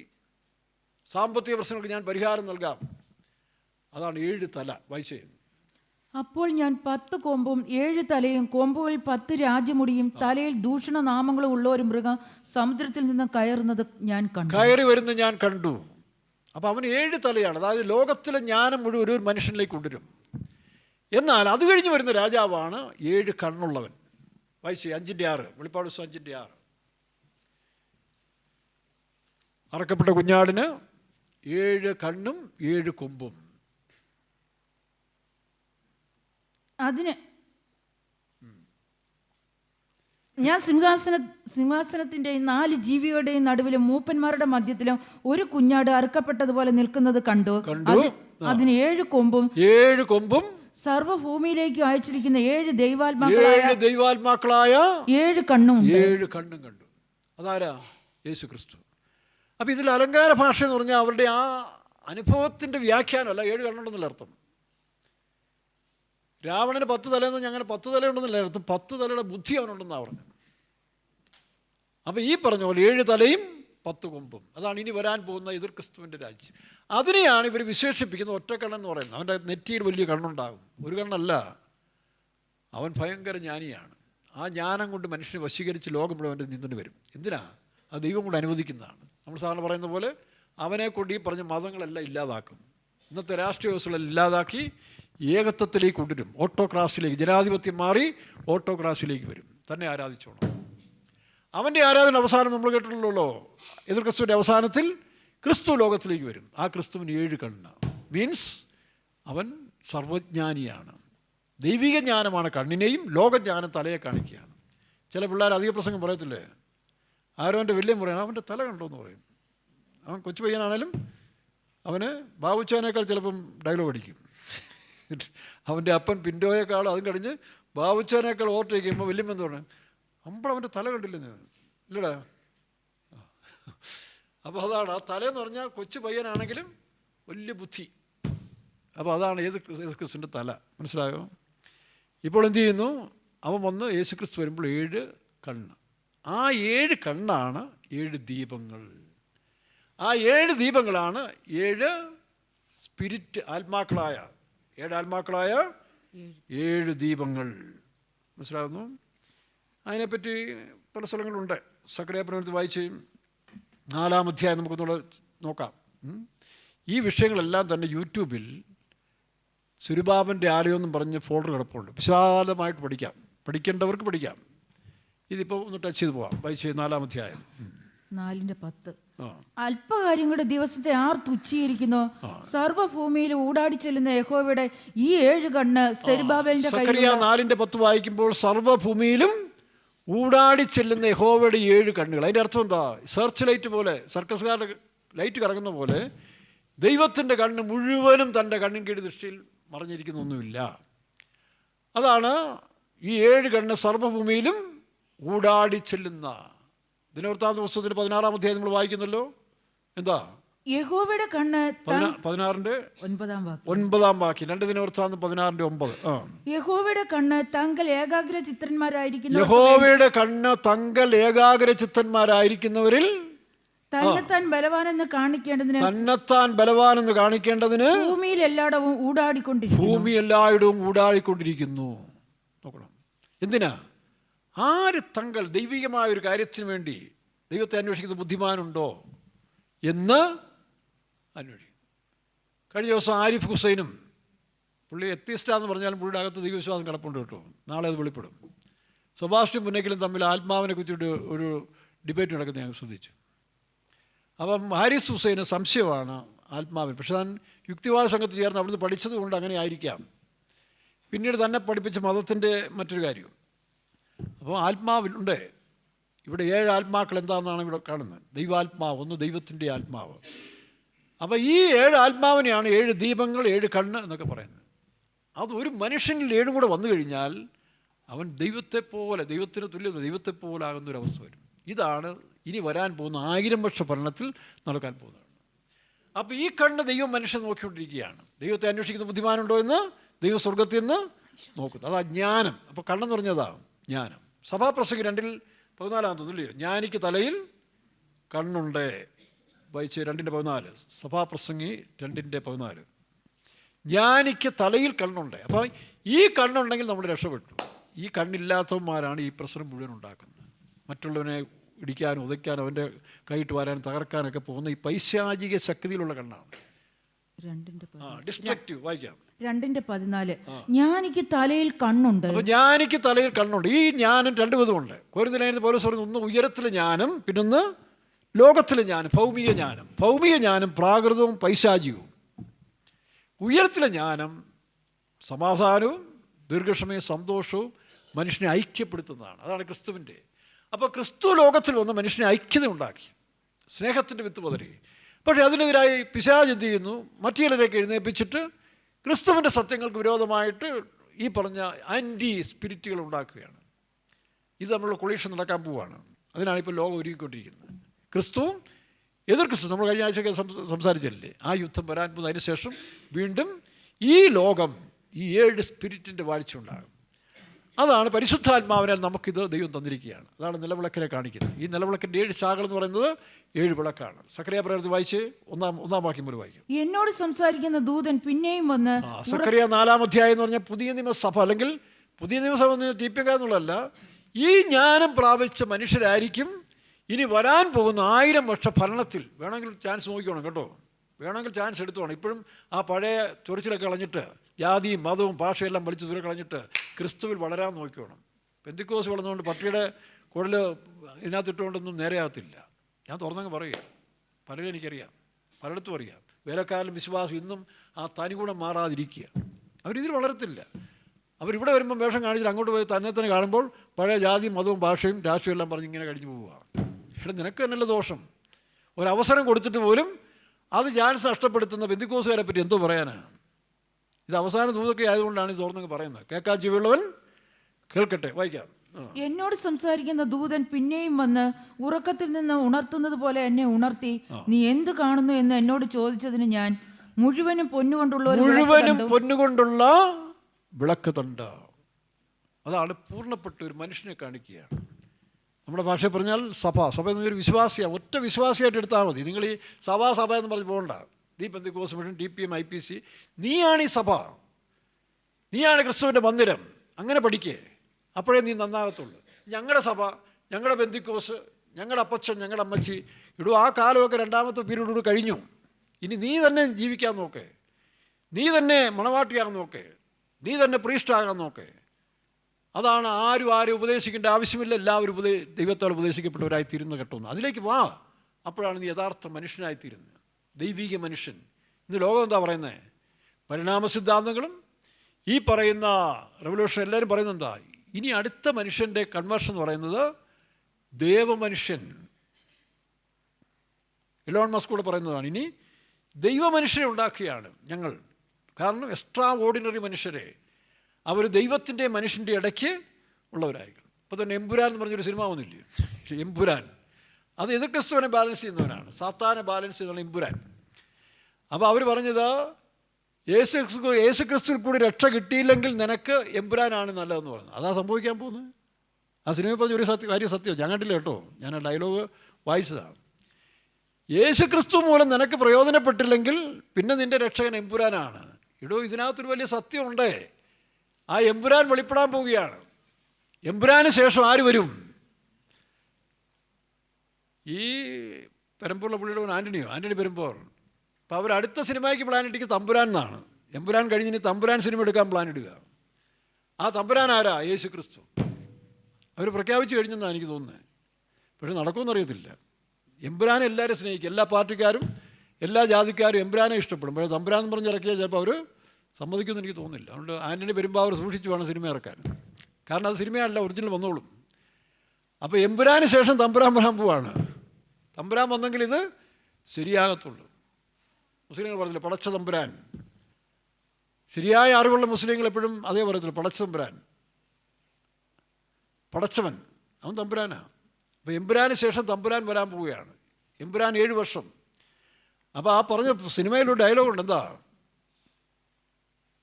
യേശു ക്രിസ്തു, അതായത് യഥാർത്ഥ രക്ഷകനെ കൂടെ നിനക്ക് സഹായം കിട്ടിയില്ലെങ്കിൽ പിന്നെ നിനക്ക് പറ്റിയ സഹായം എമ്പുരാനെ കൂടിയാണ്. അപ്പോൾ അതുകൊണ്ട് എമ്പുരാൻ ആദ്യം വരും. ആ സിനിമ ഇറങ്ങിയെങ്കിൽ ഇനി വരാൻ പോവുകയാണ്. അതിനുശേഷം തമ്പുരാൻ വരും. എമ്പുരാനും തമ്പുരാനും കൂടെ മിഗിതോ താഴ്വരെയുള്ള യുദ്ധം നമ്മൾ കണ്ടില്ലേ? അവസാനം എമ്പുരാനെ തമ്പുരാൻ തൻ്റെ വായന ശാസ്ത്രത്താൽ നീക്കിക്കളയുകയും ലോകം തമ്പുരാൻ്റെ കസ്റ്റഡിയിൽ വരും. ലോകരാജ്യത്തും കർത്താവിനും അവൻ്റെ കുഞ്ഞാണ്. ഇതൊക്കെ ഇത്രയും നമ്മുടെ കൺമുമ്പിൽ കിട്ടിയിട്ടും എനിക്കും നിനക്കൊക്കെ കണ്ണു തുറക്കാൻ വയ്യെങ്കിൽ നിത്യനരകം തന്നെ, ശിക്ഷാവധിക്ക് യോഗ്യരായിത്തീരും. അതുകൊണ്ട് ഒരുക്കിക്കൊള്ളുക. അപ്പോൾ ഞാൻ എന്ത് കാണുന്നു? മുഴുവനും പൊന്നുകൊണ്ടുള്ള വിളക്ക്. അതിൻ്റെ അർത്ഥം പിള്ളേർ പറയാം, പണിക്കുറ്റം തീർത്താന്ന് എൻ്റെ അർത്ഥം. പണിക്കുറ്റം തീർത്ത് റെഡിയാക്കി.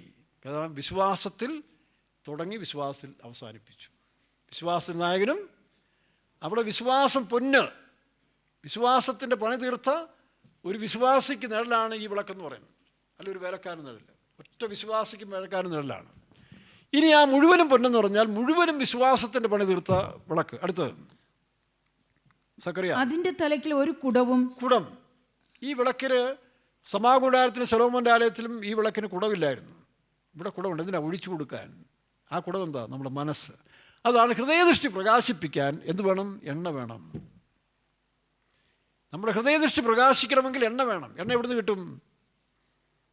സൂപ്പർ മാർക്കറ്റിൽ, ലുലു മാളിൽ കിട്ടത്തില്ല. അതിനാണ് അവിടെ 2 ഒലിവുമരങ്ങളുണ്ട്. വായിക്കാം. അതിന്മേൽ 7 വിളക്കും അതിന്റെ തലയ്ക്കുള്ള 7 വിളക്കിന് 7 കുഴലും അതിനരികെ കുടത്തിന്റെ വലതുഭാഗത്ത് ഒന്നും. അപ്പം ഇതിന് 7 വിളക്കുണ്ട്. ശ്രദ്ധിച്ചോണം. 7 വിളക്കെന്ന് പറഞ്ഞാൽ 7 സ്പിരിറ്റ്, 7 ദീപങ്ങൾ. 105 വാക്യം പറയുന്നു, 119, 105 പറയുന്നു, നിൻ്റെ വചനം എൻ്റെ കാലിന് ദീപവും പാതയ്ക്ക് പ്രകാശവും. അപ്പോൾ വചനമാണ് ഒന്ന്. അത് പിന്നെ പറയാം. അടുത്ത വായന. 7 വിളക്കും 7 കുഴലും അതിനരികെ കുടത്തിന്റെ അപ്പോൾ 7 കുടല്, ആ കുടത്തിൽ നിന്ന് 7 കുടൽ എന്ന് പറഞ്ഞൊരു ചാനൽ നിന്നുള്ള വളർത്തുള്ളൂ. നമ്മുടെ വിളക്കുകളെ പ്രകാശിപ്പിക്കുകയാണ്. 7 വിളക്കുകൾ പ്രകാശിപ്പിക്കാൻ ഈ കുടത്തിൽ വന്ന ഈ എണ്ണ വീഴണം. ഞാൻ പറഞ്ഞല്ലോ, സമാകൂടാരത്തിലും ശലോമോൻ്റെ ആലയത്തിലും പുരോഹിതന്മാരാണ് എണ്ണ പകരുന്നത്. അതിൻ്റെ കാലം കഴിഞ്ഞു. അതുകൊണ്ടാണ് ഇന്ന് വേലക്കാരുടെ നിലവരെ കുറഞ്ഞുകൊണ്ട് പോകാം. ഒറിജിനൽ വേലക്കാർ പ്രകാശിച്ച് വരുന്നു, അല്ലാത്ത വേലക്കാർ താഴോട്ട് വരുന്നു. ശ്രദ്ധിക്കുന്നില്ല, നമ്മുടെ സഭയിൽ തന്നെ കാണുന്നില്ലേ? കുറേ വേലക്കാർ ഡൗണായി പോകുന്നു, നിരാശരായി പോകുന്നു. കാരണം അവർ മിനിസ്ട്രി പോയി. അവർ ദൈവത്തിൽ ആശ്രയിക്കാതെ സംഘടനയും സമുദായത്തെയും വിശുദ്ധന്മാരെ ആശ്രയിച്ച് പോയവരൊക്കെ താഴോട്ട് പോവുകയാണ്. എന്നാൽ ആശ്രയം യേശുവിൽ വെച്ചുകൊണ്ട് യേശുവിൽ വളർന്നവർ അവർ മുന്നോട്ട് പ്രകാശിച്ചുകൊണ്ട് പോകുക. ഉള്ളവൻ ഉള്ളവനെ പോലെ വരുന്നു, ഇല്ലാത്തവനെ താഴോട്ട് പോകുക. അപ്പോൾ ആ 7 വിളക്കുകൾ പ്രകാശിക്കാൻ സമാഗമനകൂടാരത്തിലും ശലോമോൻ്റെ ആലയത്തിലും പുരോഹിതന്മാർ ഇടിച്ചെടുത്ത ഒലിവെണ്ണ ഉപയോഗിച്ചാണ് ചെയ്തുകൊണ്ടിരുന്നത്. അത് ആ കാലം കഴിഞ്ഞു. ഇനിയുള്ള കാലത്തിൽ വായിക്കാം. 7 വിളക്കിന് 7 കുഴലും അതിനരികെ കുടത്തിന്റെ വലതുഭാഗത്തുള്ള ഒന്നും ഇടതുഭാഗത്ത് ഒന്നും ഇങ്ങനെ 2 ഒലിവ് മരവും ഞാൻ കാണുന്നു എന്ന് പറഞ്ഞു. ഇതിൻ്റെ വലതുഭാഗത്തും ഇടതുഭാഗത്തും ഓരോ ഒലിവ് മരങ്ങളാണ്. ആരാണ് ഈ ഒലിവ് മരം? ഞാൻ നേരത്തെ പറഞ്ഞല്ലോ, വെളിപ്പാട് പുസ്തകം 11-ാം അധ്യായത്തിൽ പണ്ട് ഈ ഒലിവ് മരങ്ങളെല്ലാം ഒന്നിച്ചെന്ന് പറഞ്ഞ നമ്മുടെ പുസ്തകത്തിലുണ്ടായിരുന്നു. എന്നാൽ അങ്ങനല്ല. ഇത് ക്രിസ്തുവും പരിശുദ്ധാത്മാവും. സഭയുടെ നിൽക്കുന്നവരാ 2 ദൂതന്മാർ. ഒന്ന് ക്രിസ്തുവും പരിശുദ്ധാത്മാവും, 2 അഭിഷിക്തന്മാർ. എന്നാൽ വെളിപ്പാട് പുസ്തകം 11-ാം അധ്യായത്തിൽ കാണുന്ന അവർ ഒരു നിലവിളക്കല്ലോ ഇവിടെ പറയുന്നേ. ഏതാ 11-ന്റെ വായിച്ചേ? വെളിപ്പാട് പുസ്തകം 4-ാം വാക്യം 11-4 വായിച്ചേ. അവർ ഭൂമിയുടെ കർത്താവിന്റെ സന്നിധിയിൽ അത് ഉപദ്രവകാലത്തിൽ, മഹോദ്രവകാലത്തിൽ ഇസ്രായേലിന് വേണ്ടി പ്രസംഗിക്കാൻ വരുന്ന 2 അഭിഷിക്തരായ പ്രവാചകന്മാർ. ആനോക്ക് എലിയാവോ അല്ല മറ്റൊരു പറഞ്ഞ് മോശ എലിയാവോ, അതന്തരം കാണാം. തർക്കമുള്ളവരില്ല, അന്നും കണ്ടാവും. ഞങ്ങൾക്ക് തർക്കമില്ല. ഞാൻ വിശ്വസിക്കുന്ന ആനോക്ക് എലിയാവോ അല്ലെങ്കിൽ 2 അഭിഷിക്തന്മാർ ആരും ആയിക്കോട്ടെ. ആ സമയത്ത് നിയമിക്കപ്പെട്ട 2 പ്രവാചകന്മാർ. അതിനെന്ത് പേര് വേണമെങ്കിലും കിട്ടും. അത് നമ്മുടെ വിഷയങ്ങളല്ലാത്തതുകൊണ്ട് നമുക്ക് അധികം കൂടുതൽ തർക്കിക്കാൻ പോകില്ല. പക്ഷെ അവരെ സംബന്ധിച്ച് പറയുമ്പോൾ അവിടെ 2 വിളക്കാണ് പറയുന്നത്. വായിച്ചേ. അവർ ഭൂമിയുടെ കർത്താവിന്റെ സന്നിധിയിൽ നിൽക്കുന്ന 2 ഒലിവ് വൃക്ഷവും 2 നിലവിളക്കും. അതിൻ്റെ അർത്ഥം എന്താ? ഇവിടെ ഒരു നിലവിളക്കെന്ന് പറഞ്ഞാൽ സഭയാണ്. മറ്റു 2 വിളക്കെന്ന് പറഞ്ഞാൽ ആ ഉപദ്രവകാലത്തിൽ ജനങ്ങൾക്ക് പ്രകാശം കൊടുക്കുന്ന ഒരു അഭിഷിക്തൻ എന്ന് അതിൻ്റെ അർത്ഥമുള്ളൂ. അതിനുള്ള എണ്ണയും വെളിച്ചവും എണ്ണയും കൊടുക്കുന്ന, അല്ലെങ്കിൽ കൃപയും സുവിശേഷത്തിൻ്റെ വെളിച്ചവും കൊടുക്കുന്ന 2 പ്രവാചകന്മാരും നടത്തുള്ളൂ. അത് ഇതുമായിട്ട് ബന്ധമില്ല. ഇത് സഭയും അത് അന്നത്തെ വിശുദ്ധന്മാരും. അതാ ഇവിടെ വായിക്കുക. സക്കറിയ 4-ൽ 2 ഒലിവ് വൃക്ഷങ്ങൾ. ഞാൻ കാണുന്ന എന്നോട് സംസാരിക്കുന്ന ദൂതനോട് ഞാൻ, യജമാനെ ഇത് എന്താകുന്നു എന്ന് ചോദിച്ചു. എന്നോട് സംസാരിക്കുന്ന ദൂതൻ എന്നോട്, ഇത് എന്താകുന്നു എന്ന് നീ അറിയുന്നില്ലയോ? അവർക്കറിയത്തില്ല. ഇത് പഴയ നിയമ വിശുദ്ധന്മാർക്ക് വെളിപ്പെട്ട കാര്യമല്ല. സക്കറിയാവാണ് അവിടെ അവസാനത്തെ പ്രവാചകൻ. അപ്പോൾ സക്കറിയാവിന് മുമ്പ് എത്രയോ പ്രവാചകന്മാരുണ്ട് യെശയ്യാ. ഇവർക്ക് ആർക്കും വെളിപ്പെടാത്തൊരു കാര്യമായതുകൊണ്ടാണ് സക്കറിയാവും പറഞ്ഞത്, എനിക്കറിയത്തില്ല, ഇതെന്തോ ആയി കാണുന്നേ ഇല്ലേ, എന്തോ ആയി കാണുന്നതാണ്. അപ്പോൾ എന്ത് ചെയ്തു? ദൈവം പറയുകയാണ്, വായിക്കാം. അവൻ എന്നോട് ഉത്തരം പറഞ്ഞത് എന്തെന്നാൽ, സെരുബാബേലിനോടുള്ള യഹോവയുടെ അരുളപ്പാടാവിധം. വായിക്കാം. സൈന്യത്താലല്ല, ഇത് സൈന്യത്താലും ശക്തിയാലുമല്ല. കാരണം ശലോമോൻ്റെ ആലയമൊക്കെ പണിത് സൈന്യവും ശക്തിയും കൊണ്ടാണ്. നിങ്ങൾ CPM സഭകളെ വളർത്തിക്കൊണ്ടുവന്ന സൈന്യവും ശക്തി ഉപയോഗിച്ചാണ്. നമ്മൾ കെട്ടിടം പടയുന്നു, പിന്നെ ബുദ്ധി ഉപയോഗിക്കുന്നു, പണം ഉപയോഗിക്കുന്നു. ഇതൊക്കെ നമ്മുടെ ഭൗമിക സഭകളെ വളർത്തിക്കൊണ്ടുവരുന്നതിന് വേണ്ടി. എന്നാൽ ഇതിനകത്ത് ആത്മാവ് വളർത്തുന്നൊരു സഭയുണ്ട് കേട്ടോ. ഇവിടെ ഈ പേര് ജനിച്ചിങ്ങനെ പീരിയോഡിക്കലായിട്ടിങ്ങനെ ജനിച്ച് പിള്ളേരെ മാമോദിസപ്പെടുത്തി സ്നാനപ്പെടുത്തിയൊക്കെ പോകുന്ന, അല്ല കല്യാണം നടത്തി പോകുന്ന ഒരു പാരമ്പര്യ സഭയല്ല ക്രിസ്തുവിൻ്റെ. ഇതിനകത്ത് പരിശുദ്ധാത്മാവിനാൽ നടത്തപ്പെടുന്ന ഒരു കൂട്ടരുണ്ട്. അതുകൊണ്ടാണ് ഇത് സൈന്യത്താലുമല്ല ശക്തിയാലുമല്ല, എൻ്റെ ആത്മാവ് പരിശുദ്ധാത്മാവിനാൽ നടത്തപ്പെടുന്ന ഒരു കൂട്ടം ജനം. അത് ഇതിനകത്തല്ല, എല്ലായിടത്തും ഉണ്ട്. നിങ്ങളറിയാത്ത വേറെ ആളുകളും അവിടെ നിങ്ങൾ മാത്രമെന്ന് പറയരുത്. എല്ലാ ലോകത്തിൻ്റെ എല്ലാ ഭാഗത്തും അങ്ങനെ ഒരു കൂട്ടരും കാത്തിരിപ്പുണ്ട്, ആകാംക്ഷയോടെ കാത്തിരിപ്പുണ്ട്. നിങ്ങളിൽ പലരെക്കാളും ആകാംക്ഷയോടെ ഇരിക്കുന്ന പലരും ഉണ്ട്. നമ്മുടെ അവസ്ഥ നമുക്കറിയത്തില്ലേ, പിന്നെ പ്രത്യേകിച്ച് പറയേണ്ട ആവശ്യമില്ലല്ലോ. ഇവിടെയും കുറേ പേരുണ്ട്. അങ്ങനെ ആകാംക്ഷയോടെ കാത്തിരിക്കുന്ന ജനത്തിന് വേണ്ടി യേശു വരും. അപ്പോൾ അവരാണ് ഈ പറഞ്ഞ സൈന്യത്താലുമല്ല ശക്തിയാലും. ഇനി 1-2 വാക്യെടുത്തോട്ട് വായിച്ചു. അതിൻ്റെ 7. സെരുബാബേലിന്റെ മുൻപിലുള്ള മഹാപർവ്വതമേ നീ ആർ, നീ. അപ്പോൾ അവിടെ തന്നെ മറ്റൊരു കാര്യം പറയുന്നു, സെരുബാബേലിന്റെ മുമ്പുള്ള മഹാപർവ്വതമേ. അതെന്താ വാക്യം? ഈ പ്രവൃത്തി നടത്താതിരിക്കാൻ, അതായത് ഈ തേജസ്സിൻ്റെ ആലയം പണിയപ്പെടാതിരിക്കാൻ ഒരു തടസ്സമുണ്ട്. അതെന്താ? പർവ്വതം, മേരു. എന്താ ആ മേരു? സ്വയം. ഇന്ന് പല വിശ്വാസികളിലും വേലക്കാരിലും രക്ഷിക്കപ്പെട്ട് സ്നാനപ്പെട്ട് അഭിഷേകം പ്രാപിച്ച് അപ്പോസ്തല കൂട്ടായാലും വന്നാൽ ഞാനെന്നുള്ള അഹംഭാവം. അതാണ് ഇന്ന് തടസ്സമായിരിക്കുന്നത്. നിന്നെ അടുത്ത സ്റ്റേജിലേക്ക്, ശിശുക്കളെ പോലെ താഴെ നിനക്ക് വഴിയിലോ, ഞാൻ പാസ്റ്ററാണ്, ഞാൻ മഥറാണ്. എത്ര വർഷമായി? 38. 38കാരൻ ഇപ്പോഴും കുളക്കര കിടക്കുക, എഴുന്നേക്കാൻ വയ്യ. അത് പറയത്തില്ല. ഇത് പറഞ്ഞ് അഹങ്കരിക്കുന്ന വേലക്കാർക്കും വിശ്വാസികളുടെ മറുപടിയാണ്, നീ ആ പർവ്വതത്തെ ഉടക്കിയ നിന്റെ സ്വയം നിഗളം അഹംഭാവം അഹന്ത ഉടച്ചല്ലാതെ നിനക്ക് മുമ്പോട്ട് പോകാനൊക്കത്തില്ല. നിനക്ക് തന്നെ തടസ്സമായി. ഇത് വേറെ ആർക്കും തടസ്സമില്ല, നിനക്ക് തന്നെ തടസ്സമായി. നിൻ്റെ അഹന്തയാണ് ഞാനെന്നുള്ള ഭാവം. എന്നോട് അങ്ങനെ പറയാമോ? ഞാൻ ആരാന്നറിയാവോ? അതാണ് ഈഗോ. അത് ഉടച്ചു കളയണം. അത് ഉടയ്ക്കണം. എന്ത് ചെയ്യണം? ഞാനല്ല, ക്രിസ്തു അത്ര കൃപയാണ് ഞാനാകുന്നത്. അതുകൊണ്ടാണ് അടി പറയുന്നത് കൃപ കൃപ എന്ന ആർപ്പോടെ വായിക്കാം. സെരുബാബന്റെ മുൻപിലുള്ള മഹാപർവ്വതമേ നീ ആർ, നീ സമഭൂമിയായി തീരും. അതിന് കൃപ കൃപ എന്ന ആർപ്പോടുകൂടെ അവൻ ആണിക്കല്ല് കയറ്റും. അത് കൃപ കൃപ എന്ന ആർപ്പോടുകൂടി അതിനെ ആണിക്കല്ല് കൊണ്ടുവരും. ആണിക്കല്ല് എന്ന് പറഞ്ഞാൽ തലക്കല്ല്. തമിഴ് വായിക്കുമ്പോൾ ഹെഡ് സ്റ്റോൺ, തലക്കല്ലെന്നാണ്.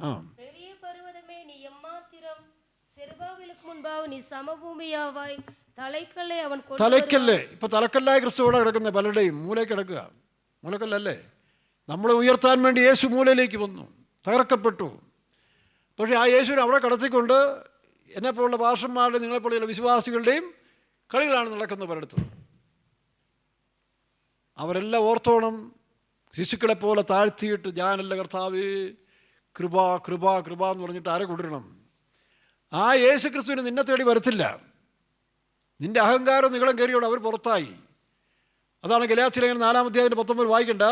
ക്രിസ്തു നിങ്ങളിൽ ഉരുവാകുവോളം വീണ്ടും ഞാൻ ഗർഭോധനപ്പെടുന്നു. സഭയോട് പറയാ, ക്രിസ്തു ഇല്ല, നിങ്ങൾ തന്നെ വലിയ ആളുകളായിട്ട് ജീവിക്കുകയാണ്. അത് ഉടയ്ക്കണം. വീണ്ടും നിങ്ങൾ ശിശുക്കളെ പോലായിട്ട് കർത്താവേ ഞാനൊന്നുമില്ല, താഴ്മയോട് വിനയത്തോട് കൃപ കൃപ കൃപ എന്ന് പറഞ്ഞ് പറഞ്ഞ് പറഞ്ഞ് പറഞ്ഞ് പറഞ്ഞ് നമ്മുടെ സ്വയത്തെ ഉടച്ച് ഈ താഴെ കിടക്കുന്ന ക്രിസ്തുവിനെ വീണ്ടും ഇവിടെ കൊണ്ടുവരണം, നമ്മുടെ തലയ്ക്ക് കൊണ്ടുതരണം. മനസ്സ്, അതിൻ്റെ അർത്ഥം നാം ഇനി ക്രിസ്തുവിൻ്റെ മനസ്സുള്ളവരായിരിക്കണം. എന്താ ക്രിസ്തുവിൻ്റെ മനസ്സ്? കൊലോസ്യർ 3:12 വായിക്കുമ്പോൾ മനസ്സലിവ്, താഴ്മ. വായിച്ചേ കൊലോസ്യർ 3:12 വാക്യം. എന്നിവ ധരിച്ചുകൊള്ളുവിൻ. ആകയാൽ പ്രിയമക്കളെന്ന പോലെ, അല്ലയോ? അതുകൊണ്ട് ദൈവത്തിന്റെ വൃതന്മാരും വിശുദ്ധന്മാരും. ആരാ വൃതന്മാര്? കേട്ടോ, വൃതന്മാരെന്ന് പറഞ്ഞാൽ പ്രതീക്ഷിക്കപ്പെട്ട വേലക്കാരെന്നെടുത്തോ TPM ഭാഷയിൽ. അടുത്ത് വിശുദ്ധന്മാര്, സഭ. പൗലോസ് എപ്പോഴും വിശ്വാസികളെയാണ് ഈ വിശുദ്ധന്മാർ. അത് നിങ്ങൾ മാറ്റിയിട്ട് ഇപ്പോൾ വേലക്കാർ മൊത്തമായിട്ട് വിശുദ്ധന്മാരെന്ന് വിളിക്കുക. വേലക്കാർക്ക് വിശുദ്ധന്മാരെന്നുള്ള വാക്കല്ല, വൃതന്മാരെന്നാണ്. അവർ വൃതസ്ഥർ. വിശ്വാസികളെയാണ് ഈ വിശുദ്ധരെന്ന് പൗലോസ് സംബോധന ചെയ്തിരിക്കുന്നത്. അപ്പം സഭയിൽ ആരുണ്ട്? വൃതസ്ഥരുണ്ട്, വിശ്വാസികൾ വിശുദ്ധന്മാരുണ്ട്. അടുത്ത് പ്രിയരാരാ? നമ്മളെപ്പോലെ ചെറിയാങ്കുഞ്ഞിനെ പോലുള്ള പേര് തന്നെ ചെറിയാങ്കുഞ്ഞെന്നല്ലേ. ഒരാൾ എന്നോട് പറഞ്ഞു, പാസ്റ്റർ എത്രയോ വലിയ മനുഷ്യന്ന് പറഞ്ഞു പ്രസംഗം. ഞാൻ പറഞ്ഞു, എത്രയല്ലേ എൻ്റെ അമ്മയുടെ പേരെന്താ? ചെറിയാങ്കുഞ്ഞ്. അത്രയേ ഉള്ളൂ. One of the least among the all apostles എന്ന് പറഞ്ഞ പോലെ പേരറിഞ്ഞുകൊണ്ടിട്ടതാണ്. എന്നെല്ലാം പറഞ്ഞാലും പേര് പറയുമ്പോൾ തീർത്തില്ല.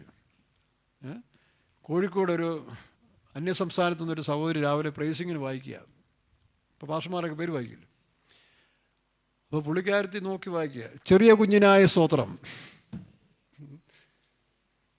പാസ്റ്റർ 2 പ്രാവശ്യം തിരുത്തിയിട്ട് അതിന് തിരുന്നില്ല, നാക്കി വരുന്നില്ല. ഞാൻ പറഞ്ഞു അങ്ങനെ തന്നെ വായിച്ചോളാൻ പറഞ്ഞു. ചെറിയ കുഞ്ഞിനായ സ്തോത്രം ചെയ്യാം. അതൊരു രസമല്ലേ? അപ്പോൾ അങ്ങനെ തന്നെ ഇരിക്കട്ടെ. അപ്പോൾ മൂന്നാമത്തെ പ്രിയരാണ് ശിശുക്കളെ പോലെ താഴ്ത്തുന്നവർ കേട്ടോ. അപ്പം മൂന്നാമത്തെ ഗ്രൂപ്പാണ് കർത്താവിൻ്റെ വരെ പോകുന്നവർ. വേലക്കാരിൽ നിന്നും വിശ്വാസികളിൽ നിന്നും ശിശുക്കളെ പോലെ താഴ്മയുള്ളതായ അവരെയാണ് പ്രിയരുമായവർ. വായിച്ചു. മനസ്സലിവ്. എന്താ വേണ്ടേ? മനസ്സലിവ്, ദയ, താഴ്മ, സൗമ്യത, ദീർഘക്ഷമ എന്നിവ ധരിച്ചുകൊണ്ട്. അതാണ് സ്നാനത്തിൽ ക്രിസ്തുവിനെ ധരിക്കുക. ക്രിസ്തുവിൻ്റെ ഫോട്ടോ ധരിക്കുകയല്ല, ഈ സ്വഭാവ ഗുണമുള്ളവരായിരിക്കണം. അതിനെന്ത് ചെയ്യണം? ഈ ഒലുമരത്തിൽ നിന്ന് പ്രാപിക്കണം. കാണുന്നിടത്തൊന്നുമെല്ലാം കിട്ടുകയല്ല. ഞങ്ങളെപ്പോൾ എല്ലാ പാസ്റ്റർമാരിൽ നിന്ന് കിട്ടിയിട്ടും കാര്യമില്ല. കാരണം എല്ലാവരും കറക്റ്റല്ല. ഞങ്ങളെ ശ്രദ്ധിക്കരുത്. ഈ ക്രിസ്തുവിൻ്റെ വചനത്തെ നമ്മൾ ഉൾക്കൊള്ളണം, വചനം പഠിക്കണം, വചനം ധ്യാനിക്കണം. അതാണ് ഒലുമരം. ഒന്ന് ക്രിസ്തുവിൻ്റെ ആത്മാവ്, ഒന്ന് പരിശുദ്ധാത്മാവ്. ഇത് രണ്ടുമാണ് സഭയുടെ 2 പുരോഹിതന്മാർ.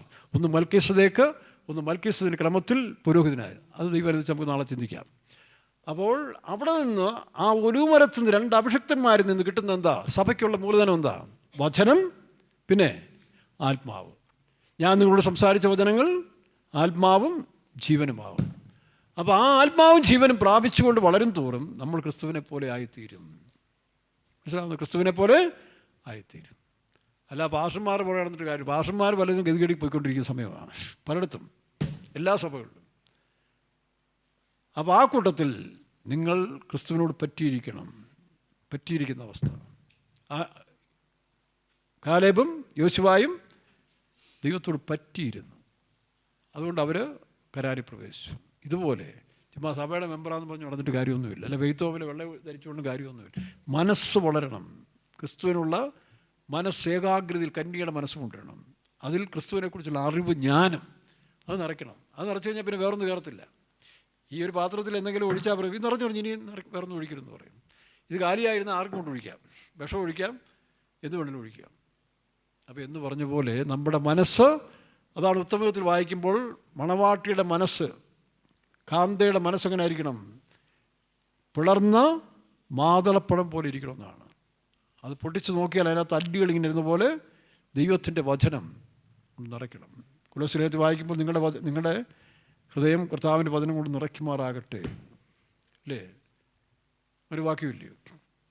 അവൻ്റെ വചനം കൊണ്ട് നിറയ്ക്കുമാറാകട്ടെ. ക്രിസ്തുവിൻ്റെ വചനം ഐശ്വര്യമായ നിങ്ങളുടെ ഹൃദയങ്ങളിൽ വാഴട്ടെ.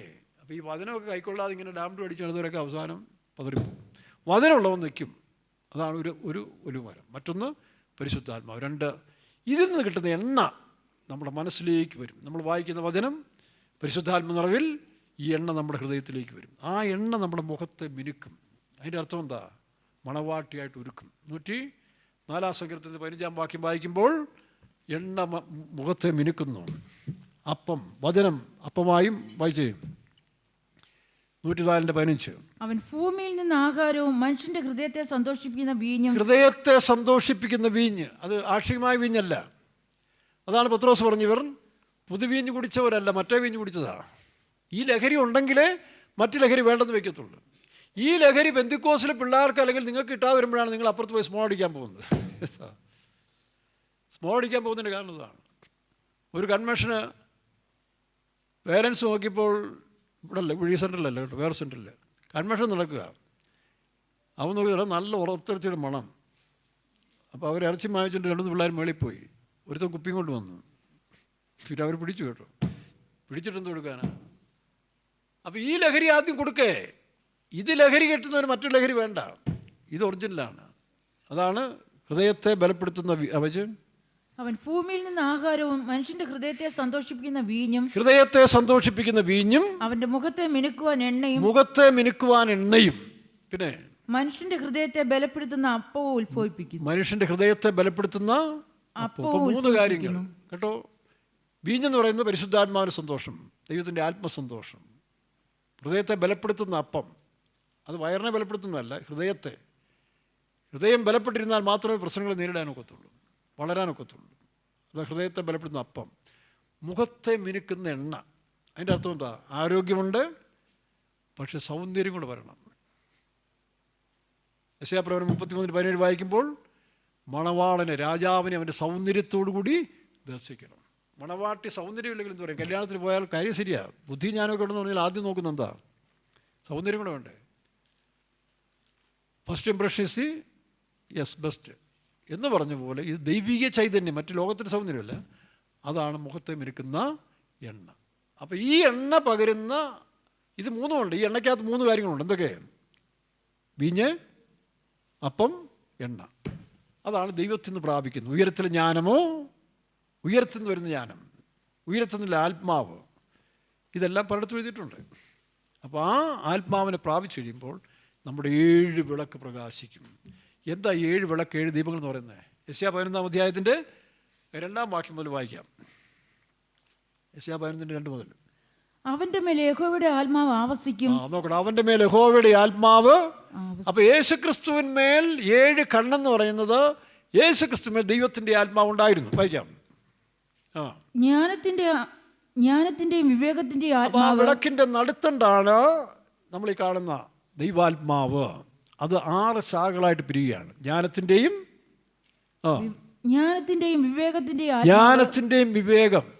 വിവേകമില്ലാത്ത സ്ത്രീ എന്താ പന്നിക്ക് മൂക്കുത്തിയിട്ട പോലെ ആയിപ്പോവും ഇല്ലേ?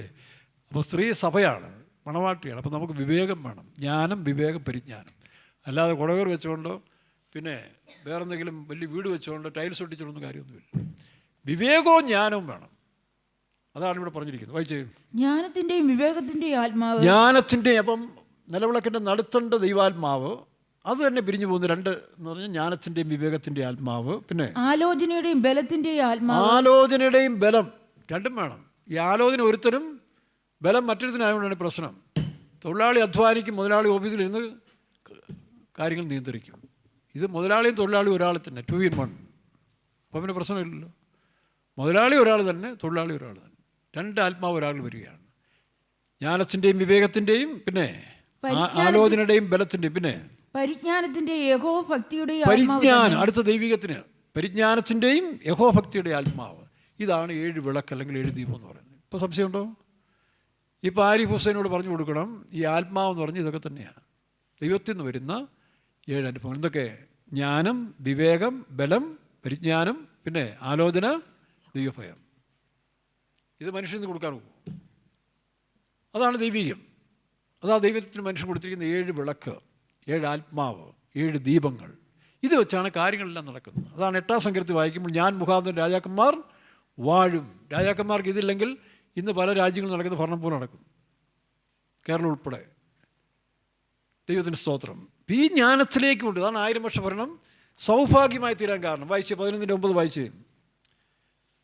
ഇനി ആ 11-ാം അധ്യായം മൊത്തം വായിച്ചാൽ ആ ജ്ഞാനം ഭരിക്കുന്ന രാജകാലത്തിൽ മനുഷ്യരും മൃഗങ്ങളും എല്ലാം തുല്യമായി. ഇന്നും മൃഗങ്ങളെ പേടി, മനുഷ്യനെ പേടി, അതെല്ലാം മാറും. മൃഗങ്ങൾക്ക് മനസ്സിലായി കേട്ടോ, മൃഗങ്ങൾക്കെല്ലാം മനസ്സിലായി 1000 വർഷ ഭരണം ആരംഭിക്കുക. അതുകൊണ്ട് അതുവരെ പതുക്കെ ഇറങ്ങിക്കൊണ്ടിരിക്കുകയാണ്. നമ്മൾ ഓടിച്ചു കളയുക. അപ്പോൾ അവർക്ക് ദേഷ്യം വരും. അവർക്ക് മനസ്സിലായി സമയം അടുത്തിരിക്കുന്നു. മൃഗങ്ങൾക്ക് മുന്നേ അറിയത്തില്ല. ഒരു ഭൂകമ്പോ ചുഴലിക്കാറ്റുണ്ടാകുന്ന നേരത്തെ മൃഗങ്ങൾക്കറിയാം എന്ന് പറഞ്ഞ പോലെ ഇപ്പോൾ സൃഷ്ടികൾ മനുഷ്യപുത്രന്മാരുടെ വീണ്ടെടുപ്പിന് വേണ്ടി ആകാംക്ഷയോടെ കാത്തിരിക്കുക. അപ്പോൾ അവർക്ക് മനസ്സിലായി ഈ രാജ്യം സ്ഥാപിക്കാൻ സമയം. അതുകൊണ്ട് പതുക്കെ അവരിറങ്ങി വരാൻ പോകുമ്പോൾ നമ്മൾ സമ്മതിക്കത്തില്ല. നമ്മളവരോട് എതിർക്കുന്നതുകൊണ്ട് അവർ നമ്മളോട് എതിർക്കുന്നു. തന്നെയല്ല സാത്താനിപ്പോഴും ഉള്ളതുകൊണ്ടാണ് കേട്ടോ. വായിക്കാം. സമുദ്രം വെള്ളം കൊണ്ട് നിറഞ്ഞിരിക്കുന്നത് പോലെ ആ രാജ്യത്തിൽ ഈ ആത്മാവ് എല്ലാവരിലും വാഴും. ഈ പറഞ്ഞ ഭരണകർത്താക്കന്മാർക്കെല്ലാം ഈ ആത്മാവുണ്ടാകും. അപ്പോൾ പിന്നെ ദോഷമില്ലല്ലോ. ജ്ഞാനവും വിവേകമൊക്കെ ഒന്നും ഞാൻ ആരും ദോഷം ചെയ്യാൻ പോകുന്നില്ല. കാരണം ചെയ്താൽ തിരിച്ചടിക്കും. അതുകൊണ്ട് ആരും നന്മ ചെയ്യും. നന്മ ചെയ്യുന്ന ഉത്സാഹമുള്ളവരായിത്തീരും. വായിക്കാം. സമുദ്രം വെള്ളം കൊണ്ട് നിറഞ്ഞിരിക്കുന്നത് പോലെ ഭൂമി യഹോവയുടെ പരിജ്ഞാനം കൊണ്ട് പൂർണ്ണമായി. ഭൂമി യഹോവയുടെ പരിജ്ഞാനം കൊണ്ട്, ക്രിസ്തുവിന്റെ ആത്മാവ്, പരിശുദ്ധാത്മാവ് നിറഞ്ഞിരിക്കുന്നുണ്ട്. എന്റെ വിശുദ്ധ പർവ്വതത്തിൽ എങ്ങും ഒരു ദോഷമോ നാശമോ ആരും ഒരു ദോഷവും ചെയ്യൽ. ഇതാണ് സഹസ്രാബ്ദ വാഴ്ച, 1000 വർഷ ഭരണം. ഇത് മുതലാവും നമ്മളിലുണ്ടാകും. യഥാർത്ഥമായ ദൈവമക്കൾ ഇതുണ്ടാകും. ലോകത്തിൽ തന്നെ ചില മനുഷ്യർക്ക് ആ ഗിഫ്റ്റ് കൊടുക്കാറുണ്ട്. അങ്ങനെയുള്ളവർ നന്മയല്ലാതെ തിന്മയൊന്നും ചെയ്യത്തില്ല. ഈ അശുദ്ധ ചിന്തകൾ, ജാതിയും മതവും ഭാഷയെല്ലാം കറങ്ങിക്കുത്തി ഇങ്ങനെ ഇട്ടുകൊണ്ട് നടക്കത്തില്ല. അതൊക്കെ അശുദ്ധമായ ആത്മാവാണ്, വിവരമില്ലാത്ത ആത്മാവ്, വിവരക്കേടിൻ്റെ ആത്മാവ്. അതിനാണ് ഈ പാർട്ടിക്കാരൊക്കെ പ്രോത്സാഹിപ്പിക്കുന്നത്. വർഗീയതയുണ്ട്, ആദിവാസി മറ്റേ മറിച്ചെല്ലാം പറഞ്ഞ് ജനത്തെ ഇങ്ങനെ വേർതിരിച്ചിട്ട് യവന്മാർ കസേരയിരുന്ന് ഭരിച്ച് അടിച്ചു പൊളി ജീവിക്കണം. ഈ ബോധം വന്നു കഴിഞ്ഞാൽ പിന്നെ അവർക്ക് പറ്റത്തില്ല. അതുകൊണ്ട് ബോധം ഉണ്ടാക്കാൻ പാടില്ല. മിഷന്മാരുടെ പ്രവർത്തനം ഇവിടെ വേണ്ട, ക്രിസ്ത്യാനിത്വം വേണ്ട. കാരണം ഇത് ബോധം വന്നു കഴിഞ്ഞാൽ ഇവരൊന്നും ആരുടെ അടിമകളല്ല, എല്ലാവരും സ്വതന്ത്രരായി. നാം എല്ലാവരും ക്രിസ്തുവിൽ ഒന്നത്രേ. ആ സഹസ്രാബ്ദ വാഴ്ചയ്ക്കാണ് വേണ്ടി ഒരുങ്ങിക്കൊണ്ട് അത് താമസിക്കാതെ നടക്കും. ഇവരെല്ലാം ഇവിടുന്ന് അടിച്ച് പുറത്താക്കും, എല്ലാത്തിനും കത്തിച്ച് കളയും. യെരൂശലേമിൽ ഉൾപ്പെടെ സകല ദുഷ്ടന്മാരെയും ഈ ഭൂമിയിലിട്ട് കത്തിച്ച് കളയുന്നൊരു കാലം വരാൻ പോവുകയാണ്. ഈ അനാവശ്യം കൊണ്ട് നടക്കുന്ന സകല പുള്ളികളെയും ദൈവം തമ്പുരാൻ എഴുന്നേൽക്കാൻ തുടങ്ങി. ദൈവം എഴുന്നേൽക്കുന്ന ശത്രുക്കൾ ചിതറി വരുന്നൊരു സമയമുണ്ട്. അതുകൊണ്ട് പ്രിയരെ, നാം തുടർന്നുള്ള കാര്യം ദൈവം അനുവദിച്ചാൽ പിന്നീട് നമുക്ക് ചിന്തിക്കാം. ഇനി ചില കാര്യങ്ങൾ നമുക്ക് അതിനകത്ത് സൂചിപ്പിക്കാനുണ്ട്. പിന്നെ 2 മൽക്കീസദേക്കും മൽക്കീസദേക്കത്തുള്ള പുരോഹിതനും, അതും പ്രധാന ഒരു വിഷയമാണ്. ദൈവം അനുവദിച്ചാൽ നമുക്ക് അടുത്ത സമയത്ത് ചിന്തിക്കാം. ഒരു നിമിഷം കണ്ണടയ്ക്കുക. ദൈവമേ, എനിക്ക് ഉയരത്തിലെ ജ്ഞാനം തരണമേ, ഈ പരിജ്ഞാനം എനിക്ക് തരണമേ. ദൈവം എഴുന്നേൽക്കുന്ന ശത്രുക്കൾ ചിതറുന്നു. ആമേൻ. അതുകൊണ്ട് ദൈവം എഴുന്നേൽക്കട്ടെ. ഒന്നാമത് നമ്മുടെ ജീവിതത്തിലേക്ക് ദൈവം എഴുന്നേൽക്കട്ടെ. നമ്മളിലുള്ള ശത്രുക്കളായ എല്ലാ അന്യ സ്വഭാവങ്ങളും നീങ്ങിപ്പോട്ടെ. ഹല്ലേലൂയ. ദൈവം എഴുന്നേൽക്കുന്നു, ശത്രു ചിതറി ഓടിടുന്നു, ദൈവം എഴുന്നേൽക്കുന്നു. ശത്രു ഏറി ഓടിടുന്നു, സൈന്യത്തിനധിപൻ യേശുരാജൻ രാജാവായി എഴുന്നള്ളുന്നു. സൈന്യത്തിനധിപൻ യേശുരാജൻ രാജാവായി എഴുന്നള്ളുന്നു.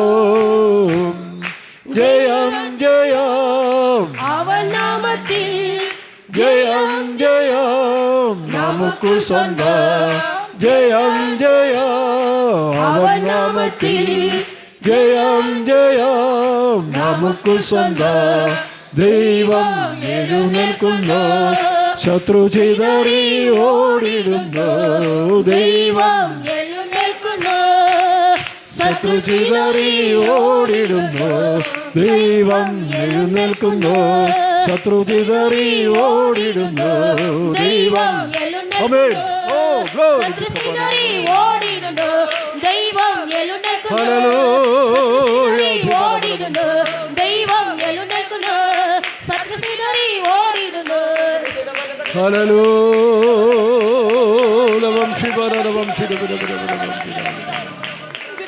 ഹല്ലേലൂയ.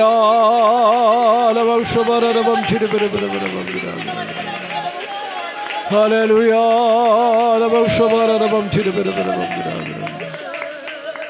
ഹല്ലേലൂയ.